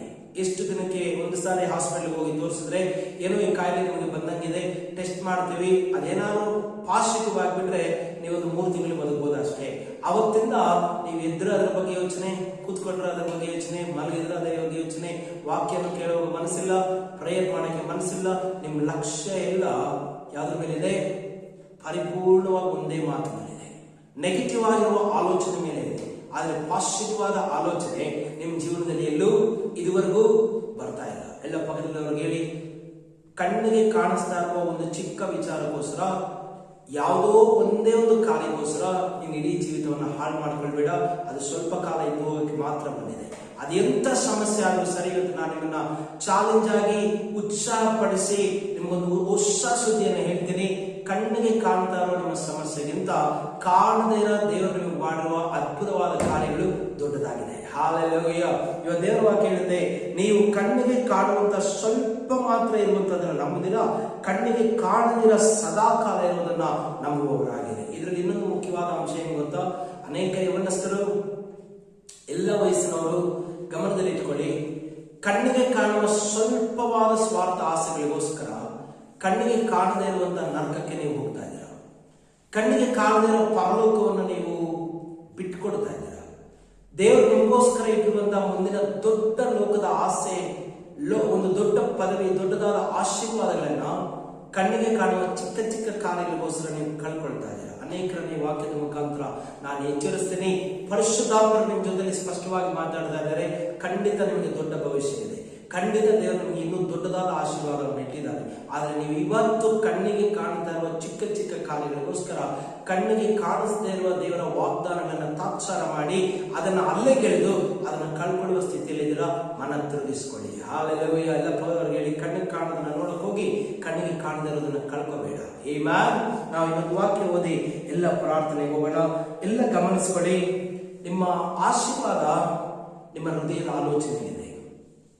ನೀವೇನು ಯೋಚನೆ ಮಾಡ್ತೀರಾ, ಎಷ್ಟು ಮಟ್ಟಿಗೆ ನೀವು ಯೋಚನೆ ಬೆಳೆಸ್ಕೊಳ್ತೀರಾ ದೇವರಲ್ಲಿ, ಅಷ್ಟು ಮಟ್ಟಿಗೂ ನೀವು ದೇವರಲ್ಲಿ ಬೆಳೀತೀರಾ. ಆಶೀರ್ವಾದವಾಗಿ ನಿಮ್ಮ ಜೀವಿತವನ್ನು ಬದಲಾಯಿಸ್ಕೊಳ್ತೀರಾ. ನೋಡಿ, ಕನ್ನಡದಲ್ಲಿ ಒಂದು ಪದ ಇದೆ, ಏನಂತ ಗೊತ್ತಾ? ಚಿಂತನಾಶೀಲಿಗಳು ಅಂತ. ಅಂದ್ರೆ ಅರ್ಥ ಏನಂದ್ರೆ, ಎಲ್ಲರೂ ನಮಗೆ ಕರೆಯಲ್ಲ. ಯಾರ ಕವಿಗಳಿಗೆ ಟೈಟಲ್ ಕೊಟ್ಟಿರ್ತಾರೆ ನೋಡಿ, ಇವರು ಯಾರಂತ ಅವ್ರ ಹೆಸರು ಕೆಳಗಡೆ ಇವರು ಚಿಂತಕರು. ಅಂದ್ರೆ ಏನಂದ್ರೆ, ಯಾವ್ದಾದ್ರು ಒಂದು ವಿಷಯ ಅವ್ರು ಕೊಟ್ಬಿಟ್ರೆ ಅದನ್ನ ತುಂಬಾ ಆಳವಾಗಿ ಚಿಂತೆ ಮಾಡಿ ಅದ್ರ ಬಗ್ಗೆ ಇರುವ ಎಲ್ಲವನ್ನ ವಿಂಗಡಿಸಿ ಅರ್ಥ ಮಾಡಿಕೊಂಡು ನಮಗೆ ಅರ್ಥ ಆಗದೆ ಇರುವಷ್ಟು ವಿಷಯನ ಅರ್ಥ ಆಗೋ ರೀತಿಯಲ್ಲಿ ಪುಸ್ತಕಗಳಾಗಿ ಬರೆದಿರ್ತಾರೆ. ಹಾಲೆಲೂಯ. ಇವತ್ತು ನಾವು ಕೂಡ ದೇವರ ಬಗ್ಗೆ ಚಿಂತೆ ಮಾಡೋದನ್ನ ಸ್ವಲ್ಪ ಅಭ್ಯಾಸ ಮಾಡಬೇಕು. ಕಣ್ಣಿಗೆ ಕಾಣುವ ಲೋಕದ ವಿಷಯಗಳನ್ನೇ ಮಾತ್ರ ಅಲ್ಲದಿರ, ಕಣ್ಣಿಗೆ ಕಾಣದೇ ಇರುವ ಪರಲೋಕದ ರಾಜ್ಯದ ಬಗ್ಗೆ, ದೇವರ ಬಗ್ಗೆ, ನಮ್ಮನ್ನು ಕರೆದಿರುವ ದೇವರ ಸಂಕಲ್ಪ ಉದ್ದೇಶಗಳ ಬಗ್ಗೆ ನಾವು ಯೋಚನೆ ಮಾಡೋಕ್ಕೆ ಪ್ರಾರಂಭ ಮಾಡಿದ್ರೆ, ಚಿಕ್ಕದಾಗಿ ಪ್ರಾರಂಭವಾಗಿರುವ ನಿಮ್ಮ ಜೀವನ ಉನ್ನತ ಸಾಕ್ಷಿಯಾಗಿ ದೇವರಿಗೆ ಫಲ ಕೊಡುವ ಸಾಧನವಾಗಿ ಮುಕ್ತಾಯವಾಗುತ್ತೆ. ಅದನ್ನ ದೇವರು ಶ್ರೇಷ್ಠವಾಗಿ ಆಶೀರ್ವದಿಸ್ತಾರೆ. ಹಾಲೆಲೂಯ. ಆಮೆನ್. ನೋಡಿ, ಎಲ್ಲ ಪಕ್ಕದವ್ರಿಗೆ ಹೇಳಿ, ದೇವರ ಆಲೋಚನೆ, ಸೈತಾನನ ಆಲೋಚನೆ, ಪರಿಶುದ್ಧಾತ್ಮರ ಆಲೋಚನೆ, ಮಾಂಸದ ಆಲೋಚನೆ, ಇದೆರಡು ವ್ಯತ್ಯಾಸ ನಿಮಗೆ ತುಂಬಾ ಚೆನ್ನಾಗಿ ಗೊತ್ತಾಗಬೇಕು. ಈ ಯೋಚನೆನೇ ನಿಮ್ಮ ಜೀವಿತವನ್ನು ದಾರಿ ತಪ್ಪಿಸುತ್ತೆ, ಸರಿ ದಾರಿಗೂ ತರುತ್ತೆ. ದೈವಿಕವಾದ ಆಲೋಚನೆ ನಿಮ್ಮ ಹೃದಯದಲ್ಲಿ ಹೆಚ್ಚಿಸಿಕೊಂಡ್ರೆ ನೀವು ದೇವರನ್ನ ಹೋಗ್ತೀರಾ. ಅದೇ ರೀತಿ ದೈವಿಕವಾದ ಸಂಕಲ್ಪಕ್ಕೆ ನಿಮ್ಮನ್ನ ಹತ್ತಿರ ಆಗಿ ಕರ್ಕೊಂಡು ಹೋಗುತ್ತೆ. ಸೈತಾನನ ಯೋಚನೆಗಳಿಗೆ ನೀವು ಕಿವಿಗೊಡ್ತಾ ಹೋದ್ರೆ ಆ ಯೋಚನೆಗಳು ನಿಮ್ಮನ್ನ ದಾರಿ ತಪ್ಪಿಸಿ ದೇವರಿಂದ ಅಗಲಿಸಿ ತಗೊಂಡೋಗಿ ನಿಮ್ಮನ್ನ ನರಕದ ಹಾದಿಗೆ ತಳ್ಳುತ್ತೆ. ಮಾನಸಿಕವಾದ ಯೋಚನೆಗಳಿಗೆ ನೀವು ಬಲಿಯಾದ್ರೆ ದೇವರ ದೃಷ್ಟಿಯಲ್ಲಿ ಶತ್ರುಗಳಾಗಿ, ರೋಮಾಪುರದವರು 8:9 ಹೇಳುತ್ತೆ, ಯಾರು ಶರೀರ ಭಾವದಿಂದ ನಡೆಸಲ್ಪಡ್ತಾರೋ ಅವರು ದೇವರ ದೃಷ್ಟಿಗೆ ಶತ್ರುಗಳಾಗಿದ್ದಾರೆ. ಹಾಲೆಲೂಯ. ಎಲ್ಲ ಪದವರಿಗೆ ನಿನ್ನ ಯೋಚನೆನೇ ನಿನ್ನ ಜೀವಿತವನ್ನು ತೀರ್ಮಾನ ಮಾಡುತ್ತೆ. ಏನ್ ಹೇಳುತ್ತೆ ಆ ವಾಕ್ಯಗಳೆರಡು ಓದಿ ನಾವೆಲ್ಲ ಪ್ರಾರ್ಥನೆ ಮಾಡೋಣ. 2 ಕೊರಿಂಥರು 10:3-5 ನಾವು ಓದೋಣ. ನಾವು ಲೋಕದಲ್ಲಿದ್ದರೂ ಲೋಕಾನುಸಾರವಾಗಿ ಯುದ್ಧ ಮಾಡುವವರಲ್ಲ. ಎಲ್ಲ ಪದವರಿಗೆ ನಿನ್ನ ಜೀವನದಲ್ಲಿ ನೀನು ಅನುಭವಿಸ್ತಾ ಇರುವಂತಹ ಯಾವುದೇ ಸಮಸ್ಯೆ, ವಾತಾವರಣಗಳು ನೀನ್ ಲೋಕದಿಂದ ಬಂದಿದೆ ಅಂದ್ಕೊಂಡ್ರೆ, ಒಂದು ಪರ್ಟಿಕ್ಯುಲರ್ ವ್ಯಕ್ತಿಯಿಂದ ಬಂದಿದೆ, ಅಥವಾ ಈ ಒಂದು ಮನೆಯಿಂದ, ತುಂಬಾ ಜನ ಹೇಳೋದನ್ನ ಕೇಳಿದ್ದೀನಿ, ಈ ಮನೆಗೆ ಬಂದಾಗ್ಲಿಂದ ಯಾಕೋ ನಮ್ಗೆ ಸರಿ ಇಲ್ಲ, ಈ ಗಾಡಿ ತಗೊಂಡಾಗ್ಲಿಂದ ಯಾಕೋ ನಮ್ಮ ಜೀವನದಲ್ಲಿ ನಾವು ಚೆನ್ನಾಗಿಲ್ಲ, ಈ ಒಂದು ಹೆಣ್ಮಗುನ ಮದುವೆ ಮಾಡಿಕೊಂಡು ನಮ್ಮ ಮನೆಗೆ ತಂದಾಗ್ಲಿಂದ, ಈ ಸೊಸೆ ಬಂದಾಗ್ಲಿಂದ ನಮ್ಮ ಮನೆ ಸರಿ ಇಲ್ಲ. ಏನಾದ್ರೂ ಒಂದು ವಸ್ತು, ಒಂದು ವ್ಯಕ್ತಿ, ಒಂದು ಮನೆ, ಒಂದು ವಾತಾವರಣದಿಂದ ನಮ್ಮ ಜೀವನ ಕೆಟ್ಟೋಗುತ್ತೆ ಅನ್ನೋದಾಗಿದ್ರೆ ಪ್ರಪಂಚದಲ್ಲಿ ಅವರವರಿಗೆ ಬೇಕಾಗಿರೋ ಆಶೀರ್ವಾದ ಸ್ಥಳಗಳನ್ನು ಕೊಂಡುಕೊಂಡು ಜನ ಎಲ್ಲೋ ಬಂದ್ಬಿಡೋರು. ಹಾಲೆಲೂಯ. ಅದೇ ದೇವ್ರ ವಾಕ್ಯ ಹೇಳ್ತಾರೆ, ಎಲ್ಲ ಗಮನಿಸ್ಕೊಳ್ಳಿ. ನಾವು ಯಾರು ಲೋಕದಲ್ಲಿ ವಾಸ ಮಾಡಿದ್ರು ಕೂಡ ಲೋಕಾನುಸಾರ ಯುದ್ಧ ಮಾಡುವವರು ಅಲ್ಲ. ಅಲ್ಲಿ ಹೇಳ್ತಾರೆ ದೇವ್ರ ವಾಕ್ಯ, ನಾವು ಲೋಕದಲ್ಲಿದ್ದರೂ ಲೋಕಾನುಸಾರವಾಗಿ ಯುದ್ಧ ಮಾಡುವವರಲ್ಲ. ನಾವು ಉಪಯೋಗಿಸುವ ಆಯುಧಗಳು ಲೋಕ ಸಂಬಂಧವಾದ ಆಯುಧಗಳಲ್ಲ, ಅವು ದೇವರ ಎಣಿಕೆಯಲ್ಲಿ ಬಲವಾಗಿದ್ದು ಕೋಟೆಗಳನ್ನು ಕೆಡವಿ ಹಾಕುವಂತವುಗಳಾಗಿವೆ. ನಾವು ವಿತರ್ಕಗಳನ್ನು, ದೇವ ಜ್ಞಾನವನ್ನು ವಿರೋಧಿಸುವ ಏರಿಸಲ್ಪಟ್ಟಿರುವ ಉನ್ನತವಾದ ಎಲ್ಲ ಕೊತ್ತಲುಗಳನ್ನು ಕೆಡವಿ ಹಾಕಿ ಎಲ್ಲಾ ಯೋಚನೆಗಳನ್ನು ಕ್ರಿಸ್ತನಿಗೆ ವಿಧೇಯವಾಗುವಂತೆ ಸೆರೆ ಹಿಡಿದು ನಿಮ್ಮ ವಿಧೇಯತ್ವವು ಪರಿಪೂರ್ಣವಾದ ಮೇಲೆ. ಎಲ್ಲ ಪಕ್ಕದವರಿಗೆ ಹೇಳಿ, ನಿನ್ನ ಆಶೀರ್ವಾದಕ್ಕೆ ಮೊದಲನೇ ಸ್ಟೆಪ್ ಏನು ಗೊತ್ತಾ? ನಿನ್ನ ದಾರಿ ತಪ್ಪಿಸ್ತಾ ಇರುವ ಯೋಚನೆಗಳನ್ನ ಸೆರೆ ಹಿಡಿಯೋದು. ಎಲ್ಲ ಚೆನ್ನಾಗಿ ಪಕ್ಕದವರಿಗೆ ಹೇಳಿ, ನಿನ್ನನ್ನು ದಾರಿ ತಪ್ಪಿಸ್ತಾ ಇರೋದು ನಿನ್ನ ಯೋಚನೆಗಳು. ನೀನು ಒಳ್ಳೆಯವರು, ಬಹಳ ಒಳ್ಳೆ ವ್ಯಕ್ತಿ, ನಿಮ್ಮಷ್ಟು ಒಳ್ಳೆ ರೀತಿಯಲ್ಲಿ ಜೀವನದಲ್ಲಿ ದೇವರಿಗೆ ಉಪಯೋಗವಾಗುವಂಥವ್ರು ಯಾರೂ ಇಲ್ಲ. ಆದ್ರೆ ನಿಮ್ಮನ್ನು ಯಾರು ದಾರಿ ತಪ್ಪಿಸ್ತಾ ಇದ್ದಾರೆ ಗೊತ್ತಾ? ಬೈಬಲ್ ವಾಕ್ಯ ಹೇಳ್ತಾ ಇದೆ, ನೀವು ಅಂದ್ಕೊಂಡವಾಗ ಆಚೆ ಕಡೆ ನಿಮ್ಗೆ ಯಾವ ಶತ್ರು ಇಲ್ಲ. ಸೈತಾನನ ಯಾವುದೋ ಕಪ್ಪು ಕಲರ್ ಟಿ ಶರ್ಟ್ ಪ್ಯಾಂಟ್ ಹಾಕೊಂಡು ಕೊಂಬುಗಳು ಇಟ್ಕೊಂಡು ಬಂದು ನಿಮ್ಮನ್ನ ಅಲ್ಲೂ ಯಾವ್ದ್ರಲ್ಲೂ ಒಡೆದಾಡಲ್ಲ. ಯಾವುದೇ ಸ್ವಪ್ನಗಳಲ್ಲಿ ಬರುವ ವಿಕಾರ ರೂಪಗಳು ಸೈತಾನನಲ್ಲ. ಯೋಚನೆಯಲ್ಲಿ ದಾರಿ ತಪ್ಪಿಸುವವನೇ ಸೈತಾನನಾಗಿದ್ದಾನೆ. ಹಾಲೆಲೂಯ. ಇಲ್ಲಿ ದೇವರ ವಾಕ್ಯ ಬಹಳ ಸ್ಪಷ್ಟವಾಗಿ ಹೇಳ್ತಾ ಇದೆ. ಪಕ್ಕದೊಳಗೆ ಹೇಳಿ, ನೀನು ಚಾಕು, ಮಚ್ಚು, ಇನ್ನೊಂದು ಮತ್ತೊಂದು ಗನ್ನು, ಪಿಸ್ತೂಲ್ ಇಟ್ಕೊಂಡು ಹೋರಾಡುವಂತ ಯುದ್ಧ ಜೀವನದಲ್ಲಿ ಇಲ್ಲ. ಆದ್ರೆ ಯುದ್ಧ ಹೋರಾಟ ದೇವರು ಕೊಡುವ ಶ್ರೇಷ್ಠ ಆಯುಧವಾಗಿದೆ. ಹಾಲೆಲೂಯ. ಯಾವ್ದು ಆಯುಧ? ನಿಮ್ಮ ನಂಬಿಕೆ, ನಿಮ್ಮ ಪರಿಶುದ್ಧತೆ, ನಿಮ್ಮ ಪ್ರಾರ್ಥನೆ. ನಾವು ಇನ್ನೊಂದ್ಸತಿ ಕಂಟಿನ್ಯೂಷನ್ ಅಲ್ಲಿ ನಾನು ಅದನ್ನ ಹೇಳ್ತೀನಿ. ಕಳೆದ ಮೆಸೇಜ್ಗಳಲ್ಲಿ ಆಲ್ರೆಡಿ ಅದನ್ನು ನಾವು ತಿಳ್ಕೊಂಡಿದ್ದೀವಿ. ದೇವರು ಕೊಡುವಂತ ಶಿರಸ್ತ್ರಾಣ, ದೇವರು ಕೊಡುವ ಎದೆ ಕವಚ, ದೇವರು ಕೊಡುವಂತ ಕತ್ತಿ, ವಾಕ್ಯವೆಂಬ ಕತ್ತಿಯನ್ನು ಹಿಡಿದು ನಾವು ಯುದ್ಧ ಮಾಡಬೇಕೆ ಹೊರತು ಲೋಕದಲ್ಲಿ ಒಬ್ಬರ ಮೇಲೊಬ್ಬರು ಜಗಳಾಡಿ, ಕೋರ್ಟ್ ಅಲ್ಲಿ ಕೇಸ್ ಹಾಕಿ, ಒಬ್ಬರ ಮೇಲೊಬ್ಬರು ಒಡೆದಾಡಿ, ಒಂದು ಗುಂಪು ಕಟ್ಕೊಂಡು ಇನ್ನೊಬ್ಬರನ್ನು ಹೊಡೆದು, ಇನ್ನೊಂದು ಗುಂಪು ಕಟ್ಕೊಂಡು ಇನ್ನೊಬ್ಬರ ಮೇಲೆ ಒಡೆದಾಟ ಮಾಡುವುದಕ್ಕೆ ನಾವು ಲೋಕಾನುಸಾರವಾಗಿ ಯುದ್ಧ ಮಾಡುವವರಲ್ಲ. ನಮಗ್ ಗೊತ್ತು, ಎದುರುಗಿರೋ ವ್ಯಕ್ತಿ ನನ್ನ ಶತ್ರು ಅಲ್ಲ, ಅವನನ್ನು ಉಪಯೋಗಿಸ್ತಾರೋ ಸೈತಾನನು. ಅವನ ಮನಸ್ಸಲ್ಲಿರುವ ಆಲೋಚನೆ ನಮ್ಮ ಶತ್ರುನೇ ಹೊರತು ಆ ವ್ಯಕ್ತಿ ನಮ್ಮ ಶತ್ರು ಅಲ್ಲ. ಇವತ್ತಿನ ಪಕ್ಕದಲ್ಲಿಯವರೆಲ್ಲ ನೋಡಿ, ನಾನು ಯಾರನ್ನೂ ದ್ವೇಷ ಮಾಡಲ್ಲ. ಆದ್ರೆ ಯಾವ್ದ್ರ ಮೇಲೆ ಯುದ್ಧ ಮಾಡ್ತೀನಿ? ಒಬ್ಬ ವ್ಯಕ್ತಿ ಮನಸ್ಸಲ್ಲಿ ತಪ್ಪು ಯೋಚನೆ ಹುಟ್ಟಿಸಿ ನನಗೆ ಶತ್ರುವಾಗಿ ಮಾಡಿದ್ನಲ್ಲ, ಆ ಸೈತಾನನ ಮೇಲೂ, ಆ ಹುಟ್ಟಿಸಿರುವ ತಪ್ಪು ಆಲೋಚನೆ ಮೇಲೆಯೂ ನಾನು ಯುದ್ಧ ಮಾಡ್ತೀನಿ. ದೇವರು ನನಗೆ ಜಯವನ್ನು ಕೊಡ್ತಾರೆ. ಹಾಲೆಲೂಯ. ಆ ವಾಕ್ಯ ನಾವು ನೋಡುವಾಗ ಅಲ್ಲಿ ದೇವರ ವಾಕ್ಯ ಸ್ಪಷ್ಟವಾಗಿ ಹೇಳ್ತಾ ಇದೆ, ನಾವು ವಿತರ್ಕಗಳನ್ನು, ಅಂದ್ರೆ ದೇವರ ವಾಕ್ಯ ಹೊಂದಿದ್ರೆ ಅದೇ ಹಾಗೆ ಹಾಕಿರ್ಬೇಕು. ಆ ವಾಕ್ಯ ಅದೇ ಅನ್ನೋದಕ್ಕೆ ಪ್ರೂಫ್ ಏನು? ಇದು ಹೀಗೆ ಅನ್ನೋದು ಹಾಗೆ. ಕೆಲವರು ನೋಡಿ ಚೆನ್ನಾಗಿ ದೇವರು ಕೊಟ್ಟಿರುವ ಅನ್ಯ ಭಾಷೆಗಳನ್ನ ಮಾತಾಡಿ, ಅದು ಅನ್ಯ ಭಾಷೆ ಅನ್ನೋದಕ್ಕೆ ಪ್ರೂಫ್ ಏನು? ಇನ್ನ ಕೆಲವರು ಇದು ದೆವ್ವ ಹಿಡಿದಿರುವಂತ ವಾತಾವರಣ, ಈ ತರ ಇರೋ ವ್ಯಕ್ತಿನ ಸ್ವಲ್ಪ ಪ್ರಾರ್ಥನೆಯಲ್ಲಿ ನಾವು ಬದಲಾಯಿಸಬೇಕು, ಇದೆಲ್ಲ ಈ ಕಾಲದಲ್ಲಿ ಸುಳ್ಳು. ಇನ್ ಕೆಲವರು ಒಬ್ಬರ ಮೇಲೊಬ್ರು ದ್ವೇಷ ಸಾಧಿಸಿಕೊಂಡು ಅನವಶ್ಯಕತೆಯಾಗಿ ಜಗಳಾಡೋದನ್ನು ಬಿಟ್ಟು ಪ್ರಾರ್ಥನೆ ಮುಖಾಂತರ ಅದನ್ನ ಬಗೆಹರಿಸಿಕೊಳ್ಳಿ. ಇವರೆಲ್ಲ ದೇವರಿಂದ ಆಗೋ ಕೆಲಸ ಅಲ್ಲ. ಇದು ಬೇಕಂದನೇ ಮನಸ್ಫೂರ್ತಿಯಾಗಿ ಮಾಡುವ ಕೆಲಸ. ಆ ವ್ಯಕ್ತಿನ ಕೊಂದುಬಿಟ್ರೆ, ಆ ವ್ಯಕ್ತಿನ ಜೈಲಿಗೆ ಹಾಕ್ಬಿಟ್ರೆ, ಆ ವ್ಯಕ್ತಿಗೆ ಶಿಕ್ಷೆ ಕೊಟ್ಬಿಟ್ರೆ ನನ್ನ ಜೀವನ ಸರಿ ಹೋಗುತ್ತೆ. ನಾವು ದೇವರಿಗೆ ಅಪೋಸಿಟ್ ಆಗಿ ವಾದ ಮಾಡ್ತೇವೆ. ಆ ವಾದ ಮಾಡತಕ್ಕಂತ ಎಲ್ಲ ಆಲೋಚನೆಗಳು ನಮ್ಮನ್ನ ದಾರಿ ತಪ್ಪಿಸುವ ಆಲೋಚನೆಗಳು. ಹಾಲೆಲೂಯ. ಎರಡನೇದನ್ನು ದೇವರ ವಾಕ್ಯ ಹೇಳ್ತಾ ಇದೆ, ದೇವ ಜ್ಞಾನವನ್ನು ವಿರೋಧಿಸುವುದಕ್ಕೆ ಏರಿಸಲ್ಪಟ್ಟಿರುವ ಉನ್ನತವಾದ ಎಲ್ಲ ಕೊತ್ತಲುಗಳನ್ನು ಕೆಡವಿ ಹಾಕಿ. ಪಕ್ಕದವರಿಗೆ ಹೇಳಿ, ದೇವರಿಗಿಂತ ಒಂದು ಸಾರಿ ದೇವರ ವಾಕ್ಯ ಓದಿ, ಬೋಧನೆ ಕೇಳಿ, ದೇವರು ಏನಾದರೂ ಒಂದು ನಿಮ್ಮ ಆತ್ಮದಲ್ಲಿ ಪ್ರೇರಣೆ ಕೊಟ್ಟ ಮೇಲೆ ಅದನ್ನ ಮೀರಿ ಈ ಕಾರ್ಯ ಮಾಡುವಂತ ಯಾವ ಆಲೋಚನೆ ನಿಮ್ಗೆ ಹೇಳಿತೋ ಅದು ಸೈತಾನನ ಬಂದಿರೋದು. ಒಂದು ಸಾರಿ ದೇವರ ವಾಕ್ಯ ಕೇಳಿ ಅದಕ್ಕೆ ವಿಧೇಯತ್ವದಿಂದ ನಡೆಯಕ್ಕಾಗದಿರ, ಅದನ್ನ ಮೀರಿ ತಪ್ಪು ಮಾಡುವಂತ ಪ್ರಚೋದಿಸಿದ್ರೆ, ಅದಕ್ಕೆ ನಿಮಗೆ ದಾರಿ ತೋರಿಸಿದ್ರೆ ಅದು ಸೈತಾನಿನ ಬಂದಿರುವ ಆಲೋಚನೆ.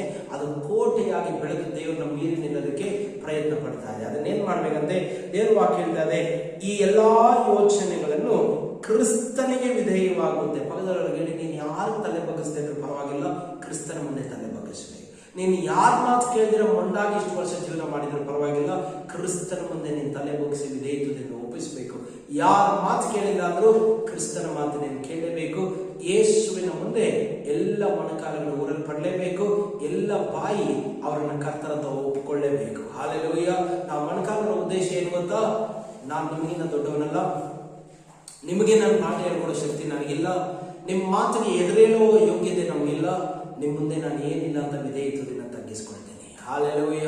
ಪ್ರತಿ ಸಾರಿ ಮೊಣಕಾಲು ರೋಗದಿಂದ ಇವತ್ತಿನ ಅದನ್ನು ನೆನಪಿಟ್ಟುಕೊಳ್ಳಿ. ನಾನು ಮೊಣಕಾಲು ತರೋದಕ್ಕೆ ಅರ್ಥ, ನನ್ನ ಮನಸ್ಸಲ್ಲಿ ಎಷ್ಟು ಆಲೋಚನೆಗಳು ಓಡಿದ್ರು ಕೂಡ, ಎಷ್ಟು ಪದವಿ, ಎಷ್ಟು ವಿದ್ಯೆ, ಎಷ್ಟು ಜ್ಞಾನ, ಎಷ್ಟು ಅನುಭವ ನನಗಿದ್ರೆ ಕೂಡ ನಿಮ್ಮ ಮುಂದೆ ಬರುವಾಗ ನಾನು ಏನಿಲ್ಲ ಅಂತ ತಗ್ಗಿಸ್ಕೊಳ್ತೀನಿ. ನನ್ನ ಆಲೋಚನೆಗಳೆಲ್ಲವನ್ನ ನಿಮ್ಮ ಪಾದದಲ್ಲಿ ಹಾಕಿ ನಿನ್ನ ಆಲೋಚನೆಗೆ ನಾನು ಕಿವಿಗೊಡ್ತೀನಿ. ಹಾಲೆಲೂಯ. ದೇವರ ವಾಕ್ಯ ಹೇಳ್ತಾ ಇದೆ, ಕ್ರಿಸ್ತನಿಗೆ ವಿಧೇಯವಾಗುವಂತೆ ಸೆರೆ ಹಿಡಿದು ನಿಮ್ಮ ವಿಧೇಯತ್ವ ಪರಿಪೂರ್ಣವಾಗಬೇಕು. ಪಕ್ಕದವರಿಗೆ ಹೇಳಿ, ತುಂಬಾ ಜನ ವಿಧೇಯವಾಗಿರ್ತೀರಾ. ಯಾವ್ದ್ರಲ್ಲಿ ಅಂದ್ರೆ ಬೇಕಾಗಿರೋ ಕಾರ್ಯದಲ್ಲಿ, ನಿಮ್ಮ ಮನಸ್ಸು ಒಪ್ಪೋ ಕಾರ್ಯದಲ್ಲಿ ವಿಧೇಯತ್ವ, ಬೇಡ ಅನ್ನೋ ಕಾರ್ಯಗಳಲ್ಲಿ ಎಲ್ಲಿಯೂ ವಿಧೇಯತ್ವವನ್ನು ನೀವು ತೋರಿಸೋಲ್ಲ. ಆದ್ರೆ ಇವತ್ತಿನ ದೇವರ ವಾಕ್ಯ ಹೇಳ್ತಾ ಇದೆ, ನಿಮ್ಮ ಆಶೀರ್ವಾದ ನಿಮ್ಮ ವಿಧೇಯತ್ವದಲ್ಲಿದೆ. ಯಾವ ತರ ವಿಧೇಯತ್ವ? ನನಗಿಷ್ಟನೋ ಕಷ್ಟನೋ ನಾನು ದೇವರ ವಾಕ್ಯಕ್ಕೆ ಕಿವಿಗೊಡ್ತೀನಿ, ಪರಿಪೂರ್ಣವಾಗಿ ನನ್ನ ಆಲೋಚನೆಯಲ್ಲಿ ಏನ್ ಮಾಡ್ತೇನೆ. ಯಾವಾಗ ನೀವು ವಿಧೇಯವಾಗಿರ್ತೀರ ಗೊತ್ತಾ? ಪರಿಪೂರ್ಣವಾಗಿ ನಿಮ್ಮ ಮನಸ್ಸಿಗೆ ಬರೋ ಯೋಚನೆಗಳೆಲ್ಲವನ್ನ ಸೆರೆ ಹಿಡಿದು ದೇವರ ಪಾದದಲ್ಲಿ ಹಾಕಿ, ಇದೆಲ್ಲ ನಾನು ಅಂದ್ಕೊಂಡಿದ್ದು, ಆದ್ರೆ ಇದರಂತೆ ಒಂದು ನಡೆಯೋದು ಬೇಡ, ನೀವೇನು ಅಂದ್ಕೊಂಡಿದ್ದೀರೋ ಅದರಂತೆ ನೆರವೇರಿಸಿ. ನಾನೊಂದು ವೇಳೆ ವ್ಯಕ್ತಿನ ದ್ವೇಷಿಸ್ತಾ ಇರ್ಬೋದು, ಆದ್ರೆ ನೀವು ಹೇಳಿದ್ರೆ ನಾನು ಅವ್ರನ್ನ ಪ್ರೀತಿಸೋದಕ್ಕೆ ಸಿದ್ಧವಾಗಿದ್ದೀನಿ. ಒಂದು ವೇಳೆ ಬಿಸ್ನೆಸ್ ಮಾಡ್ಬೇಕಂತ ಇರ್ಬೋದು, ನೀವು ಬೇಡ ಅಂದ್ರೆ ನಾನು ಅದನ್ನು ನಿಲ್ಲಿಸ್ಬಿಡ್ತೀನಿ. ಒಂದು ವೇಳೆ ನನಗೆ ಓದಕ್ಕೆ ಇಷ್ಟನೇ ಇಲ್ಲದೆ ಇರ್ಬೋದು, ನೀವು ಹೇಳಿದ್ರೆ ನಾನು ಓದ್ತೀನಿ. ಯಾವುದು ಮಾಡಬೇಡ ಅಂತ ನನ್ನ ಮನಸ್ಸು ಹೇಳುತ್ತೋ ನೀವು ಮಾಡುವಂತ ಹೇಳಿದ್ರೆ ಖಂಡಿತ ಅದನ್ನು ನಾನು ಮಾಡ್ತೇನೆ. ನನ್ನ ಮನಸ್ಸು ಇದನ್ನ ಮಾಡಲೇಬೇಕಂತ ಒತ್ತಾಯ ಪಡಿಸಿದ್ರು, ನೀವು ಬೇಡ ಅಂದ ಮೇಲೆ ನಾನು ಅದನ್ನ ತಕ್ಷಣನೇ ನಿಲ್ಲಿಸ್ಬಿಡ್ತೀನಿ. ಇವತ್ತಿಂದ ನನ್ನ ಆಲೋಚನೆಗಳನ್ನ ಸೆರೆ ಹಿಡಿದು ನಿಮ್ಮ ಪಾದದಲ್ಲಿ ಹಾಕಿ ನಿಮ್ಮ ಆಲೋಚನೆಗಳ ಪ್ರಕಾರ ನಾನು ನಡ್ಕೊಳ್ತೀನಿ. ಇಷ್ಟು ಜನ ಒಪ್ಪಿಸ್ತೀರಾ? ಇವತ್ತಿಂದ ದೇವರ ಆಲೋಚನೆ ನನ್ನಲ್ಲಿ ನೆರವೇರಲಿ. ಹಾಲೆಲೂಯಾ. ಕೊನೆಯದಾಗಿ ಒಂದು ವಾಕ್ಯ ಓದಿ ನಾವೆಲ್ಲ ಪ್ರಾರ್ಥನೆ ಮಾಡೋಣ. 2 ಕೊರಿಂಥರಲ್ಲಿ ಅದೇ 11:3 ನಾವು ಓದುವಾಗ, ಆದರೆ ಹೇಗೆ ಅವಳು ಸರ್ಪದ ಕುಯುಕ್ತಿಗೆ ಒಳಬಿದ್ದು ಮೋಸ ಹೋದಳು, ಹಾಗೆಯೇ ನಿಮ್ಮ ಮನಸ್ಸು ಕ್ರಿಸ್ತನ ವಿಷಯದಲ್ಲಿರಬೇಕಾದ ಯಥಾರ್ಥತ್ವವನ್ನು ಪಾವಿತ್ರತ್ವವನ್ನು ಬಿಟ್ಟು ಕೆಟ್ಟು ಹೋದಿತ್ತೆಂದು ನನಗೆ ಭಯ ಉಂಟು. ಎಲ್ಲ ಪಕ್ಕದಲ್ಲಿ ಅವ್ರಿಗೆ ಹೇಳಿ, ಅವಳು ಒಳ್ಳೆಯವಳೆ, ಆದಾಮನು ಒಳ್ಳೆಯವಳೆ. ಅವರಾಗವರು ಯಾವತ್ತೂ ಕೂಡ ಹೋಗಿ ದೇವರು ಹೇಳಿದ ಮಾತನ್ನ ಮೀರಬೇಕು, ತಿನ್ನಬೇಡ ಅಂತ ಹೇಳಿದ ಹಣ್ಣನ್ನ ತಿನ್ನಬೇಕಂತ ಪ್ರಯತ್ನ ಮಾಡಲೇ ಇಲ್ಲ. ಅವ್ರ ಮನಸ್ಸಲ್ಲಂತ ಯೋಚನೆ ಕೂಡ ಬರಲಿಲ್ಲ.